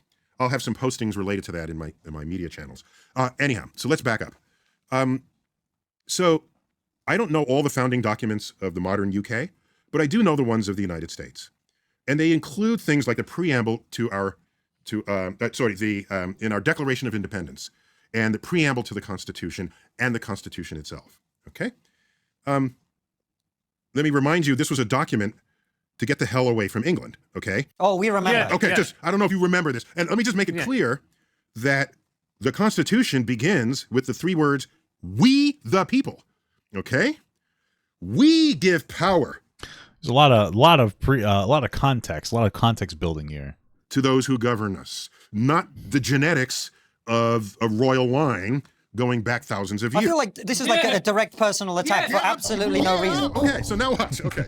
So, All we're asking for is a little bit of gratitude. I think yeah, I mean, maybe it's just an exercise in some level of empathy. Yeah. For what we did. All right, is that too much? We set up your country, and this is how you repay us. We gave you the language. Okay. Unbelievable. You ruined the language. You can't even spell properly, and here you are lecturing us about your... Anyway, tell us about the transition. So here we go. Are you ready? Okay, cool. So let's look at humans physiologically.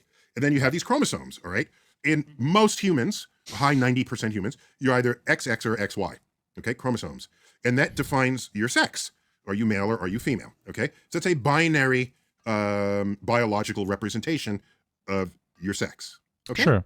I mean, I guess you could argue that it might be bimodal, right? There's two general ones, but then we all have different things that might be more masculine or feminine leaning. Some people have bitch tits, you know? Some guys have bitch, and then, you know, we're not even calling them that. We're going to call them beautiful man breasts. You know, so you could argue that, I mean, what are those secondary sex characteristics? We could make you bimodal sexually. So I don't have a problem with that. That's binary. Okay? All right. So, well, let's ask ourselves some questions. When you see another human being, do you see their chromosomes? It's just an interesting question. How visible are their chromosomes to you? No, you see the phenotype. You don't see their chromosomes. Well, sorry. I obviously, you don't literally see the chromosomes. But, okay. And let me not use the word phenotype because half the people hear that word don't know what it means, and I'm an educator communicator. So I will say, you see the person who presents themselves to you. yeah, you see, like, you just see the expression of a person. You don't know. I mean, it's almost a complicated way to express to people that, like, you don't really know what's between somebody's legs, and especially in a bathroom conversation, like, oh, trans women shouldn't use the bathroom, people will say, and it's like, okay, like, why? And it's like, what about this person? And then you got, like, Blair White. I always use Blair White because she's a trans woman inside of a conservative space, and she's the most relatable. And it's like, okay, do you think that this person should be using the men's bathroom? You probably will say no, but like, okay, but they have a penis. And it's like, and then you kind of get confused. And all of a sudden, it's like, okay, we don't do cock checks in the bathroom, not anymore. I used to do that when I was younger. Very upsetting.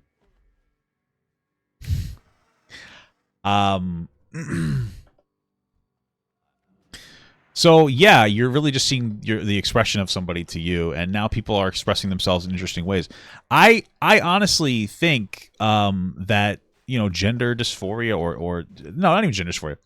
I think that trans identity is something that, like, religion are very similar in a lot of ways. I think people in general need something to grasp onto morally and philosophically. And different people grasp onto some things. For me, it's what it means to be a good man and a good husband. From religious people, what the fuck? For somebody who is religious, it would be the concept of God. For trans people, it might be the concept of their gender. You know, I think everybody likes and enjoys something that they can grab onto that's very meaningful to them in different ways. I think that really is about as simple as it is. That's what you see in the world. And I did an experiment in the New York City subway. It was winter, so everyone has on a coat. And I looked at everybody from the neck up. Everybody's seated. And by the way, almost all of human height difference is in their legs, not in their torso. Okay. So when we're seated, we're all approximately the same height. Sure. That's why everyone could just sit at a big old dinner table, and only the children need phone books to sit up. Everybody else doesn't have to adjust their chair height. Okay? So, I mean, there's different height. You could see sometimes, but just a little fact. So everyone is about the same height, seated. Okay. And I asked myself, can I know who the boys are and who the girls are at a glance? Scared. And the answer was yes. Yeah. And I got it 100% correct. Okay? And what do I mean by 100% correct? The girls had certain features manifest to me. On average, the girls had longer hair. If they wore jewelry, there was more jewelry. The jewelry was more expressive. More earrings, more finger rings. Their finger rings. Facial hair was more likely to be tweezed. The eyebrows are trimmed. There's no hair between the eyebrows. Any mustache hair was removed. They're more likely to wear makeup, especially around the eyes. Mascara, eyeliner, eyeshadow. They were more likely to wear the red rouge. Or whatever. There's blush or whatever it's called. Yeah. More likely to wear that. They were more likely to have fingernails painted. Okay? That's how I knew. By the way, there are some boys who have these features, but by and large, this was unmistakable that those were the girls. Now, how about the boys? Okay. Well, other than the male pattern baldness on older men. Thank you. Okay. Bro, come on. Why you gotta go? Why do you gotta go there? Why do you got to go there? Or facial hair, the beard and the mustache. Could I tell that they were guys? Well, oh, by the way, and for all the girls, there was clothing that they wore that was clearly acquired in the women's section of the store. How about the guys? Yeah. Oh. Well, I'll get to it. There. So now with the guys. Oh, yeah. Okay. The guys wore less jewelry. Their hair was on average short. Okay. They were less likely to wear facial makeup. Their clothing was completely different. And for many of them, this varies city to city, many of them had muscles. Well, those aren't natural. They had to go to a gym to get the muscles. Okay, here's my point. 100% of what I was queuing on was secondary and tertiary accoutrements. Accoutrements? To what you look like when you wake. You said you're not gonna use phenotype because nobody knows what the fuck that means. What the fuck is an accoutrement? Up in the morning.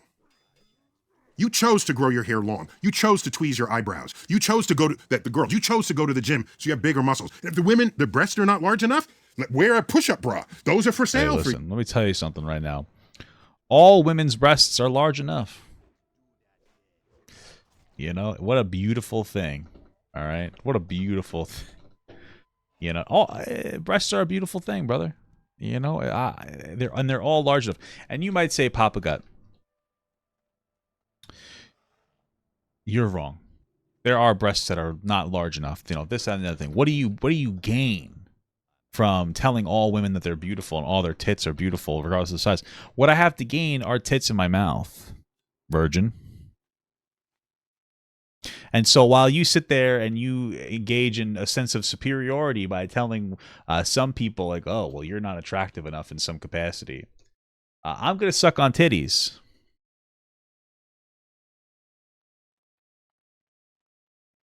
And so that's it. That's my entire argument, bitch. So suck it. You. And that doesn't work, go get surgery, as 200,000 women a year in the United States get breast augmentation surgery so that they can be female for you. Okay, so here's my point. We have, and like I said, the clothing, get your clothing in the girl section because they know how to dress you, and get your clothing in the boy section because they know how to dress you. Sure, and then there's a whole conversation to have about social pressures that make you feel like you have to engage in certain things, like, oh, shave your armpits, keep your legs shaved, keep your mustache trimmed, blah, blah, blah, blah, blah. You know what I mean? Which are just oppressive to people who like hairy armpits, and I don't know anybody like that, but personally, but, what about that person? What about those guys? People. You know what I mean? What's going on with that? Right. You, something to think about, guys. And by the way, hair removal is way more efficient today than when I was growing up. It was not uncommon to see a woman with a mustache trying to bleach it or trying to tweeze it. Now it's gone because women are not supposed to have hair. We all know this. Guys are hairy and women are not hairy. Okay, this understanding of gender has been built into the beauty industrial complex. That's true too. So my only point was that if who you decide is male and female in the street is a construct of style and trends and what the beauty industrial complex wants you to see, if that's how we establish gender, then maybe some people want to be fluid within that gender identify. So they'll wear a... Yeah, I mean, that makes sense. Like we were saying before, like, there are certain things that we apply the label of masculinity and femininity to. There are certain feelings that we apply that to, and there are certain styles that we apply that to. And if you're feeling a certain style or you're feeling a certain feeling for the day, you could, if gender was something that meant more to you, and for me, again, it doesn't mean very much. Well, I guess it does, just in a different way. But if that's something that means a lot to you, you might say, I'm feeling more feminine today because you're feeling like you want to express yourself based on that society, whatever that society's idea of a woman is, in a more feminine way. Maybe you're feeling masculine one day and you're like, I'm not going to shave my mustache. Some people grow mustaches pretty quick. I'm not going to shave my mustache. I'm not going to shave my armpits. I'm going to dress in a pair of blue jeans. I'm going to, and that maybe to you, that means you're more masculine. Or maybe you do shave that day and you put on a dress and, it's interesting because, like, my wife, sometimes she likes wearing dresses and sometimes she doesn't, and if she was a gender person, then maybe she would say, I'm feeling more like a boy today. So. Skirt, but maybe have. Me personally, I don't identify with that. That's not really something that makes a lot of sense to me.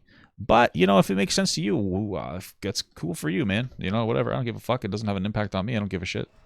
So Have a beard, or they'll mix and match that in whatever way Neil, you want. sorry. Hold on. I'm not. Wait. I'm almost done. So, if a person using the tools of the beauty industrial complex wants to mix and match this, and they are expressing their freedom in a free country to do so, why is your job to tell them not to? Okay. That's my only point. And so I'm speaking of gender expression and the freedom to do so. And if you want to restrict that, it's so funny when then what country are you living in? Yeah, Hold go on. ahead. So first of all, I don't know a single person, and we've talked to trans people on the show. We have trans employees at Triggernometry. We've spoken to all sorts of people about this issue. I do not know a single person who wants to prevent people from dressing how they want, or behaving how they want, or choosing any name that they want.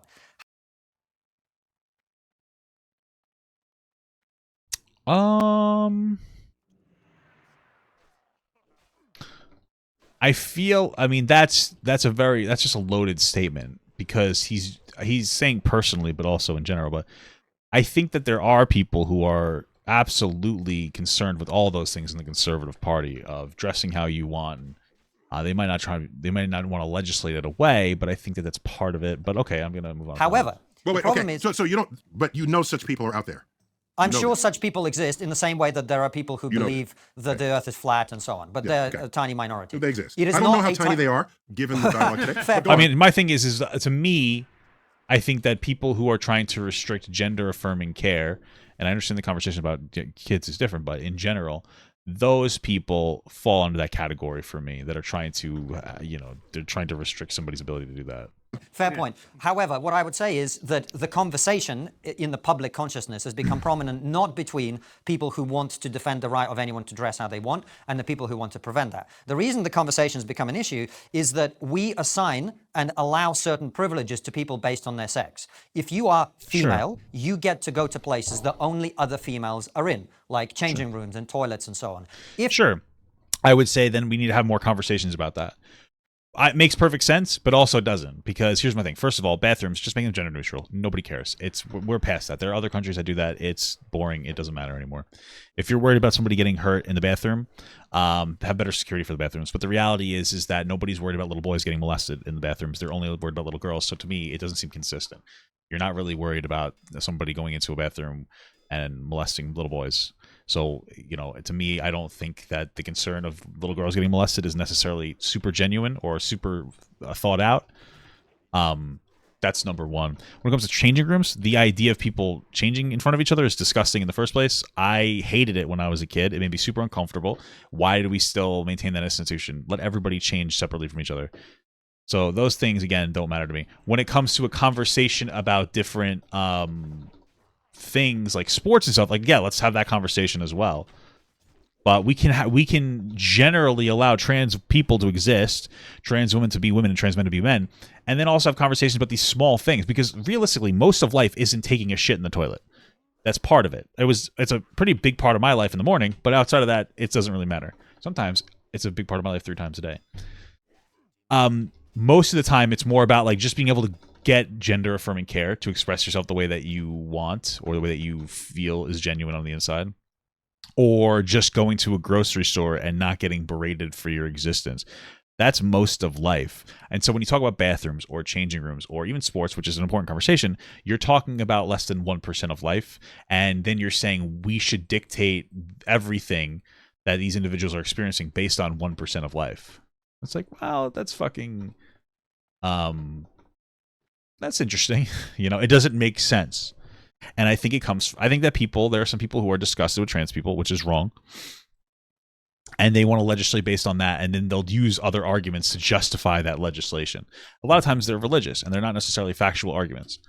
If you are female, you get to compete only with people of your sex, because females are at a disadvantage in physical competition to males in almost every sport. In other words, we carve out certain areas where your sex matters tremendously even though we may respect your right everywhere else to believe that you are whatever you are, to dress however you are, etc. So your claim that today you woke up and put lipstick on and grew your hair out long and tweezed out your mustache and whatever, and therefore you are female, has an impact on other people in certain contexts in which that is a problem. You gave only 2 contexts. Do you have others? Sorry, I wasn't finished. And yeah, that is like, again, there should be a conversation about trans people in sports, but you can say trans women are women, but we need to have a conversation about sports.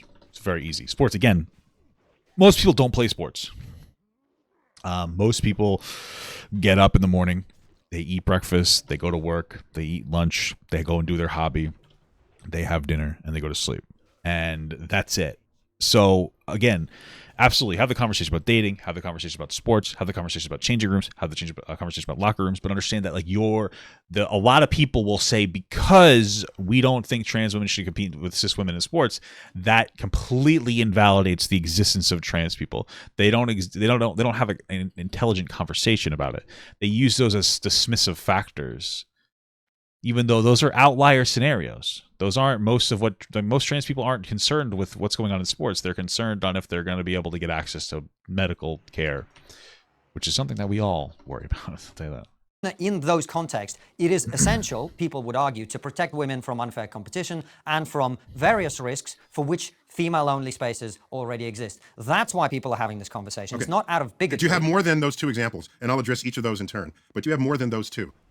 Probably not. Okay. So let me address those 2 examples directly. I'll address them. Sports is very important. You said that. You don't have to repeat. Spaces. I remembered. So it's getting a little animosity going on here. So, but you don't seem to have a third example. So, and even if you do, we presume that would be a very distant third compared to those 2 cases. Right. No, there's a third one I can give you very easily. In this country, for politics, we have female-only shortlists for positions in Parliament. Therefore, oh, sure. Like, yeah, you can also talk about school scholarships, right, for women.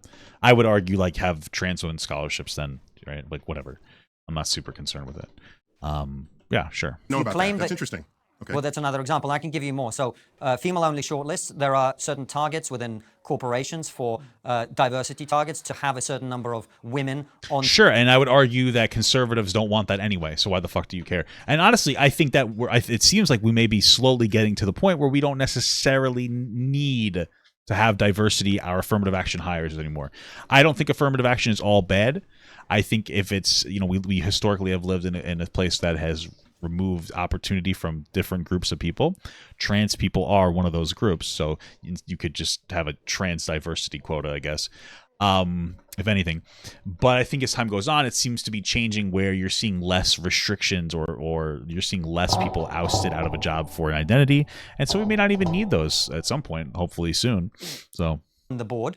Therefore, when you make a claim... Sure, prison's a great thing. I would say have somebody in the more isolated area if they're trans. You know what I mean? These are great conversations to have. But again, those are a very minority. So my only point is we should be able to have those conversations independently and not make it seem like that's the majority of the experience for trans women or trans people, excuse me, because trans men get historically underrepresented. It's not the majority case.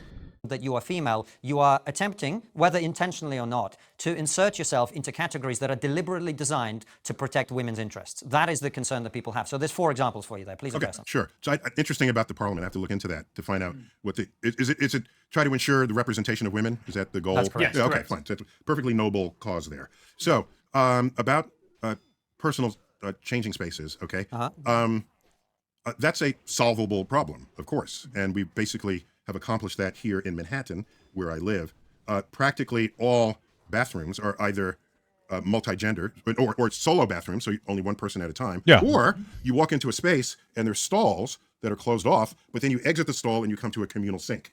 Okay. Yes. So it's a solvable problem where everyone has a private space. It's so interesting. I know it's not that big of a deal, but that word is I think it's very powerful. I want to start using that.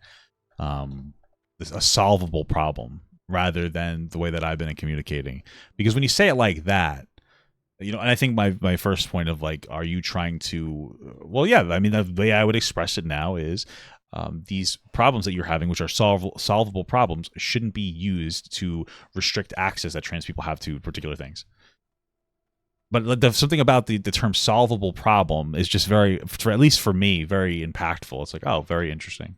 Rather than for themselves, rather than having a gender private space. Okay, it's solvable towards co-ed space. By the way, let me give an example. We have a school from the early 20th century in New York, and I just saw it the other day. There's an entrance here and an entrance there, and this entrance says girls, and this entrance says boys.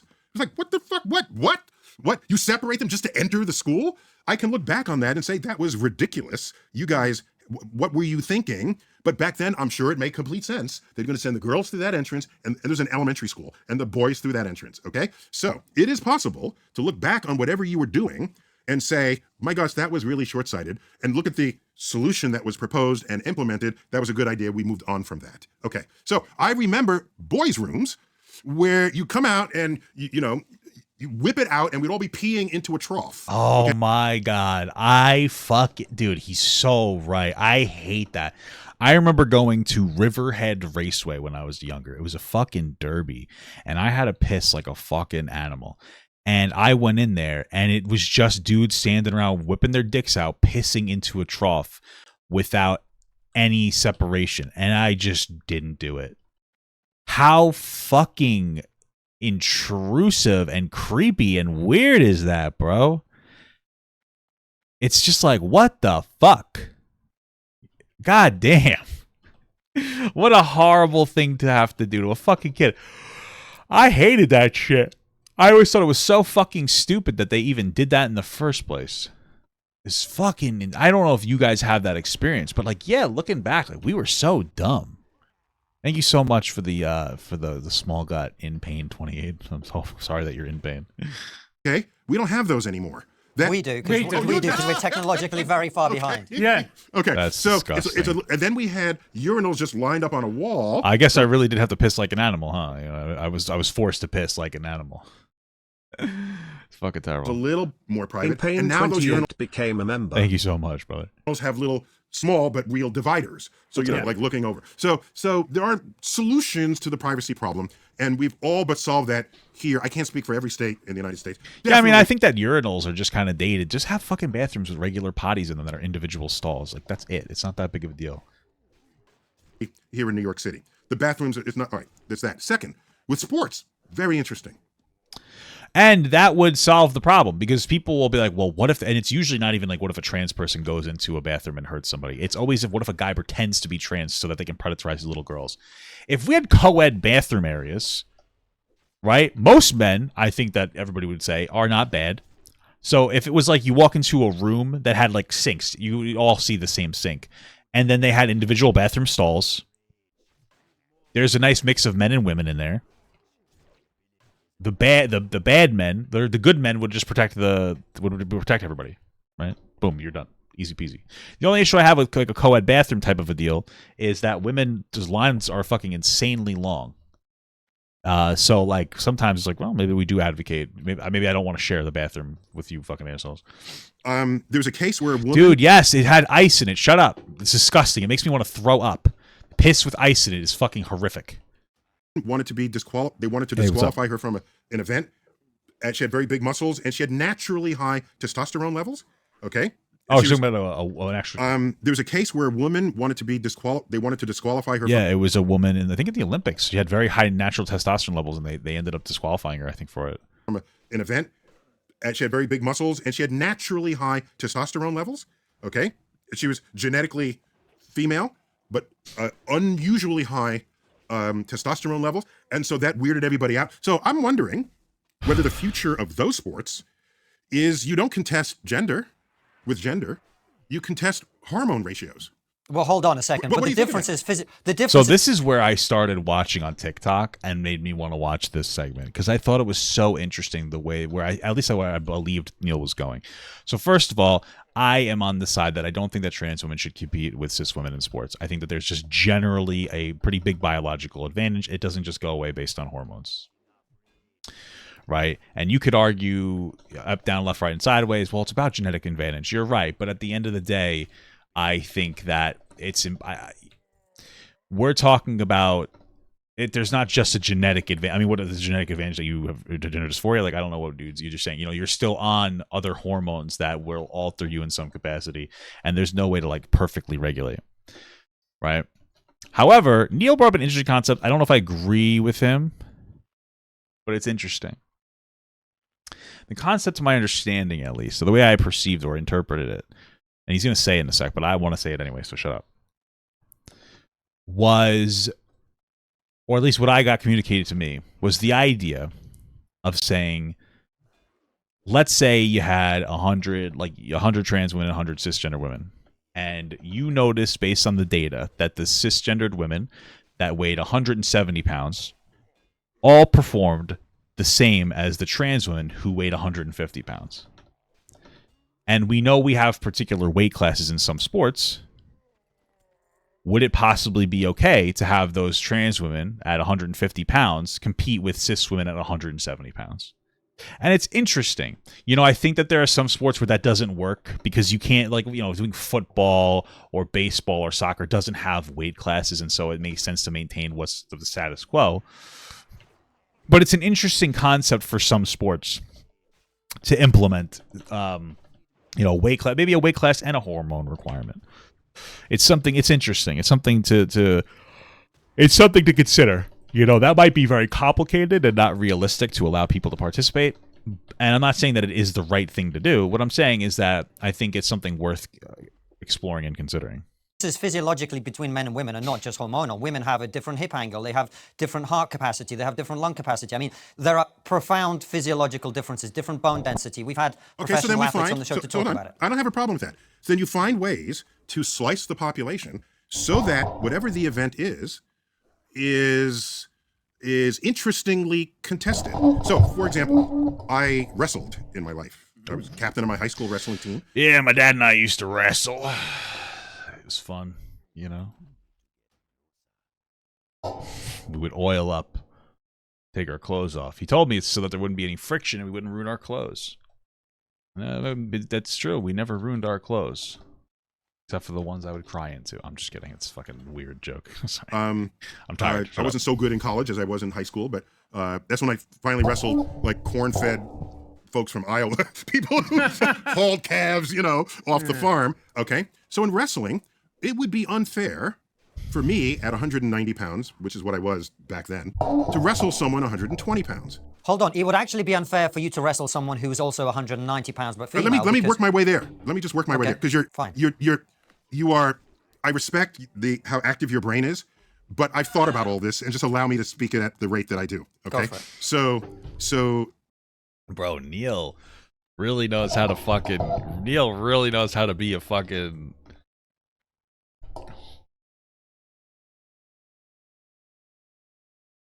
Damn, that one was fucking brutal. I'm going to start using that. I'm going to say I respect the way that your brain works, but I already know the argument you're going to make, so let me get there. You're such a fucking dick. I love it.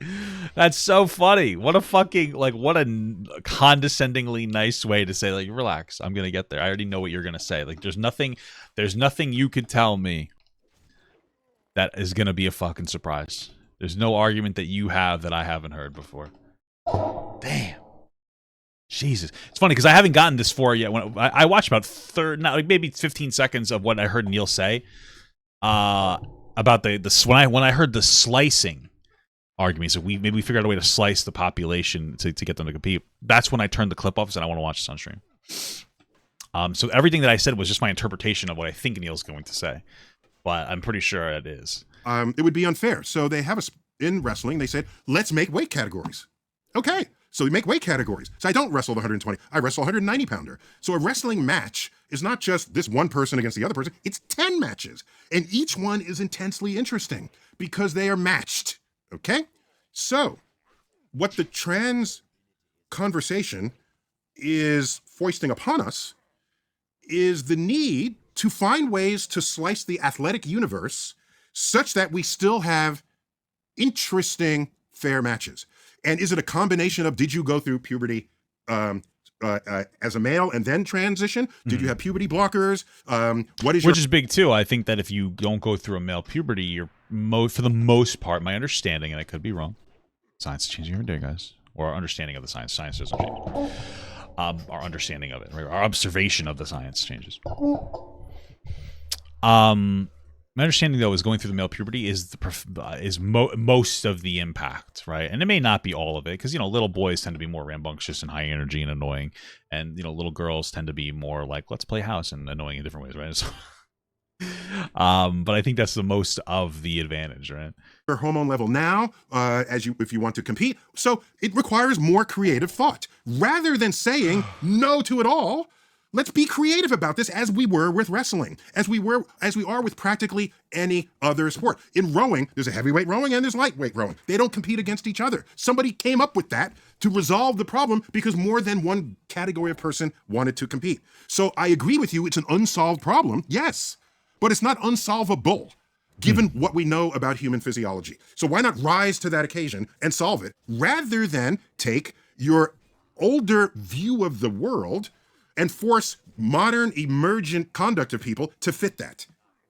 Okay, well, can we just come back to the female shortlist and other opportunities that women are afforded by virtue of being women, and them now being excluded? Yeah, it sounds like his fundamental point is that we can solve these problems. But again, I don't think that you need to solve the issue of trans women in sports. For the most part, you can solve the problem by excluding them, right? That's but that's not the majority of the issue with trans people are suffering or dealing with a lot of other issues, like just wanting to get access to medical care. I feel like we should just let's do that one first, right? And again, there are people who will use trans women in sports as a way to just dismiss all trans identity.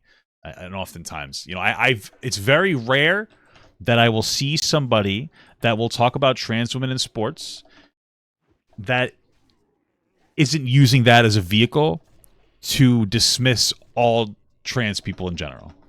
Most of the time, that is what happens. Because males are entering that competition. Yeah, so a deeper problem, thank you for bringing that up. A deeper problem there is, why were women underrepresented? Wow. A deeper problem. In women. Just come back to the female shortlist and other opportunities that women are afforded by virtue of being women, and them now being excluded from that because males are entering that competition. Yeah, so a deeper problem, thank you for bringing that up. A deeper problem there is, why were women underrepresented to begin with? Yeah, what kind of bias exists within Parliament or among the voters, maybe even the female voters, that prevented the representation from being there in the first place? That's a whole other social question that maybe can and should be answered at a deeper level than a quota coming in after the fact. Oh, I'm not a fan of quotas, but that's if they how exist, I would address that question. Hold on a second. That's not addressing the question at all. The question is... No, it is addressing the question. It is 100% addressing the question. It's just more abstract. What he's saying is let's address I literally said this before.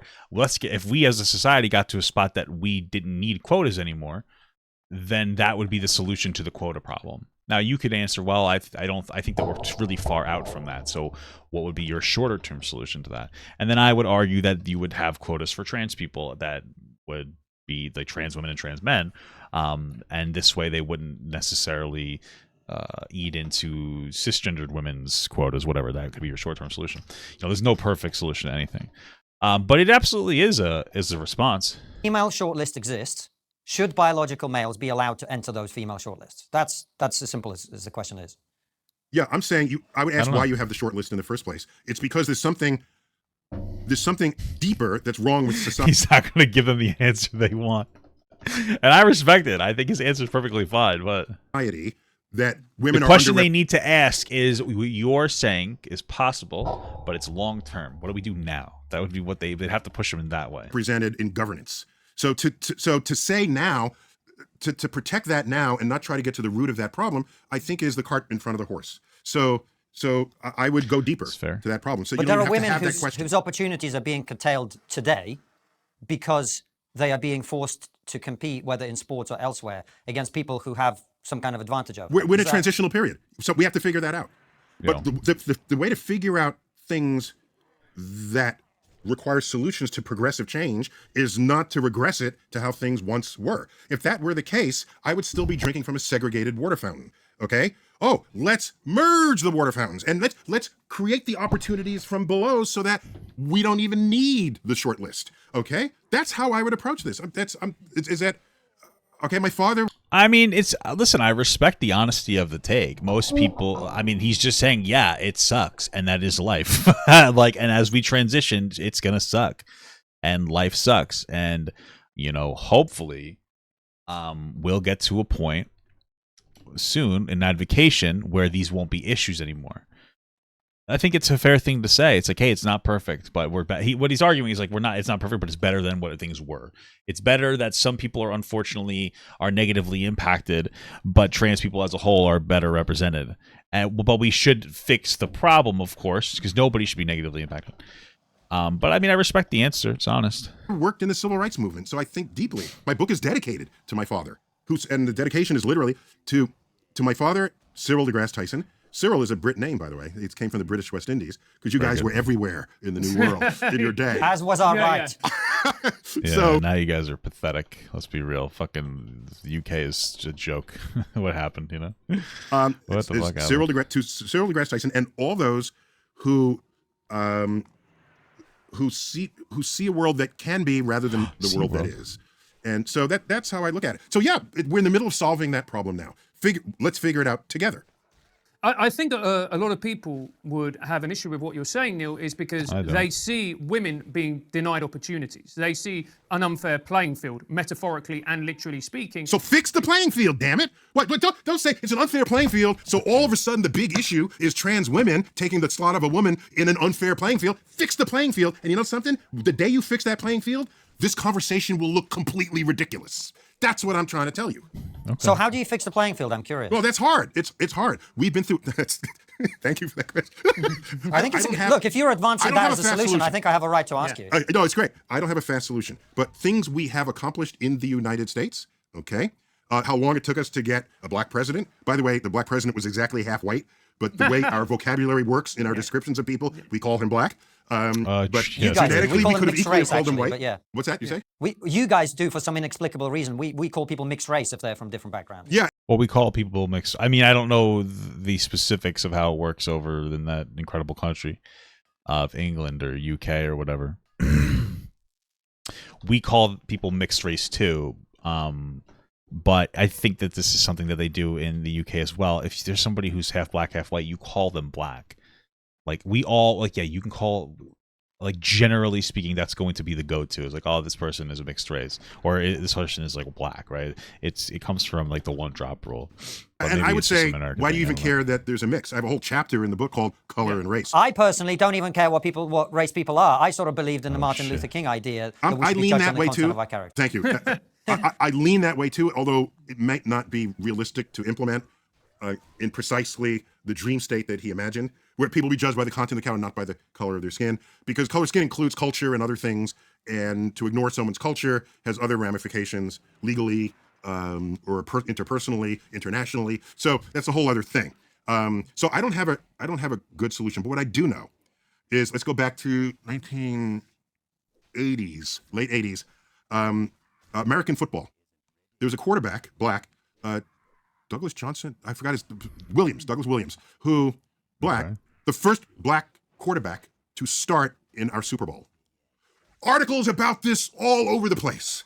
Okay, is a black person smart enough to take on such an important place because the quarterback calls all the plays? Not that they really do today, because it comes from the sidelines, but there was all these articles about it. Will he succeed in this place?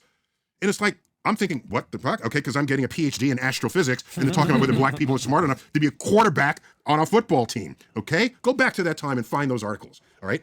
So what happens? He sets a Super Bowl record for the most number of yards, received yards. Okay. End of that conversation, and it ended forevermore. Now, when there's a black quarterback, it doesn't even get mentioned. That's the content of your character, not the color of your skin. The fact that you can have that and it doesn't even get commented upon is itself progress. Here in the United States, this morning I did some morning talk shows, okay? There are black reporters there, there are female reporters. I remember the first woman anchor. I mean, yeah, I know the thing he's communicating here is that right now these conversations in our transitional period seem like they're like these are huge issues, and they are issues for us to manage.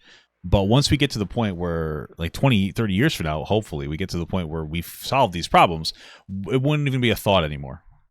And that's kind of the point that he's saying. And I think the bigger point is about perspective of like, yeah, these are important issues we're talking about, but understand that they are not as world ending. I'll say it's not the end of the world. The conversations that we're having now, like we're not going to die. We're going to be okay. We're going to be able to manage to operate through these issues. And I think that's the core of the thing he's getting to. People saying, well, women, are they as believable as men? Do they have the authority? Do they have the confidence in their voice? Absolutely This was not. debated and argued that why women should not be delivering the news because we have the voice of Walter Cronkite and others. Okay? Yeah, that was a progressive change. I mean, my thing is when you listen to a woman news anchor, how am I expected not to jack off? How am I going to pay attention to the fucking news when I'm like, oh, woman, and I can't help myself. I'm uncontrollable. Had to adapt, all right? And of course we're adapting. And now we have twice as many people to choose from to put on, and we get the best who's out there. So you solve that from the base. So yeah, it took decades, but yeah, it was a while. But I think we're there on many fronts. And the fact that everybody's arguing about trans people and that argument is not about gay people is itself progress.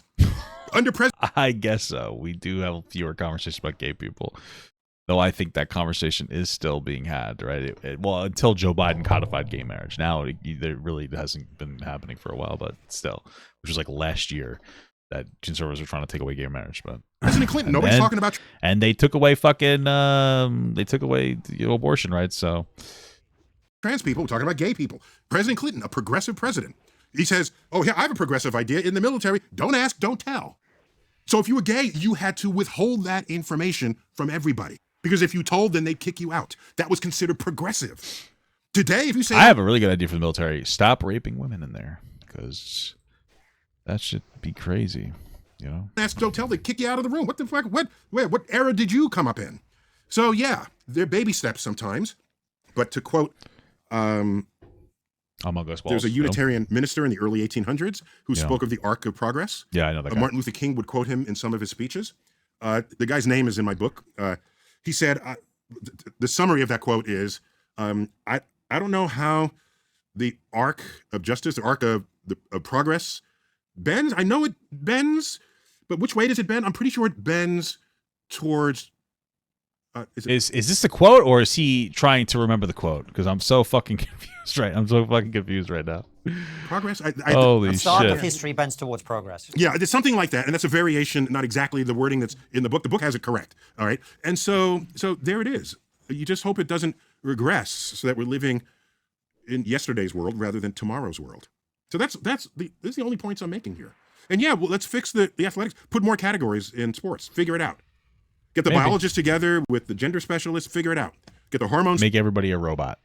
Boom. Done. We did it. Specialists. It's not unfigure-outable. Neil, it's been an absolute pleasure. Thank you so much for coming on the show. And we spent half the time talking about gender. Was there something else we were going to talk about? They didn't spend that much time talking about gender, did they? Oh, wait, they did. They went from about 50 minutes to... I did a 25 minutes. I mean, no, it wasn't that much. So it was like 50 minutes of it was not gender, and then the rest of it was gender. Oh no, wait, what the fuck? Oh, it was like half. No, I'm wrong. It was like almost half of this. It starts at like 42 minutes, and they go Neil views on trans. What the fuck? They did spend a lot of it on this. Isn't that so interesting? Despite the fact that trans people deserve rights, but despite the fact that it's such a minority of people, it still gets half the fucking conversation. It's so interesting. Holy fuck. We didn't actually.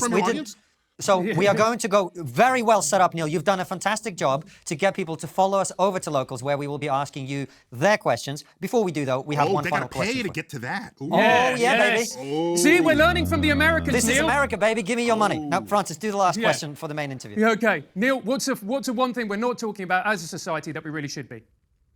I'm guessing it's not trans. That's an interesting question. I never thought of that.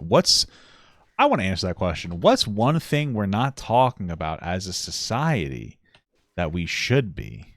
Holy shit. I'm fucking floored. I don't know the answer to that question. I don't know. What is something that we should really be talking about? That's like really important. I don't know.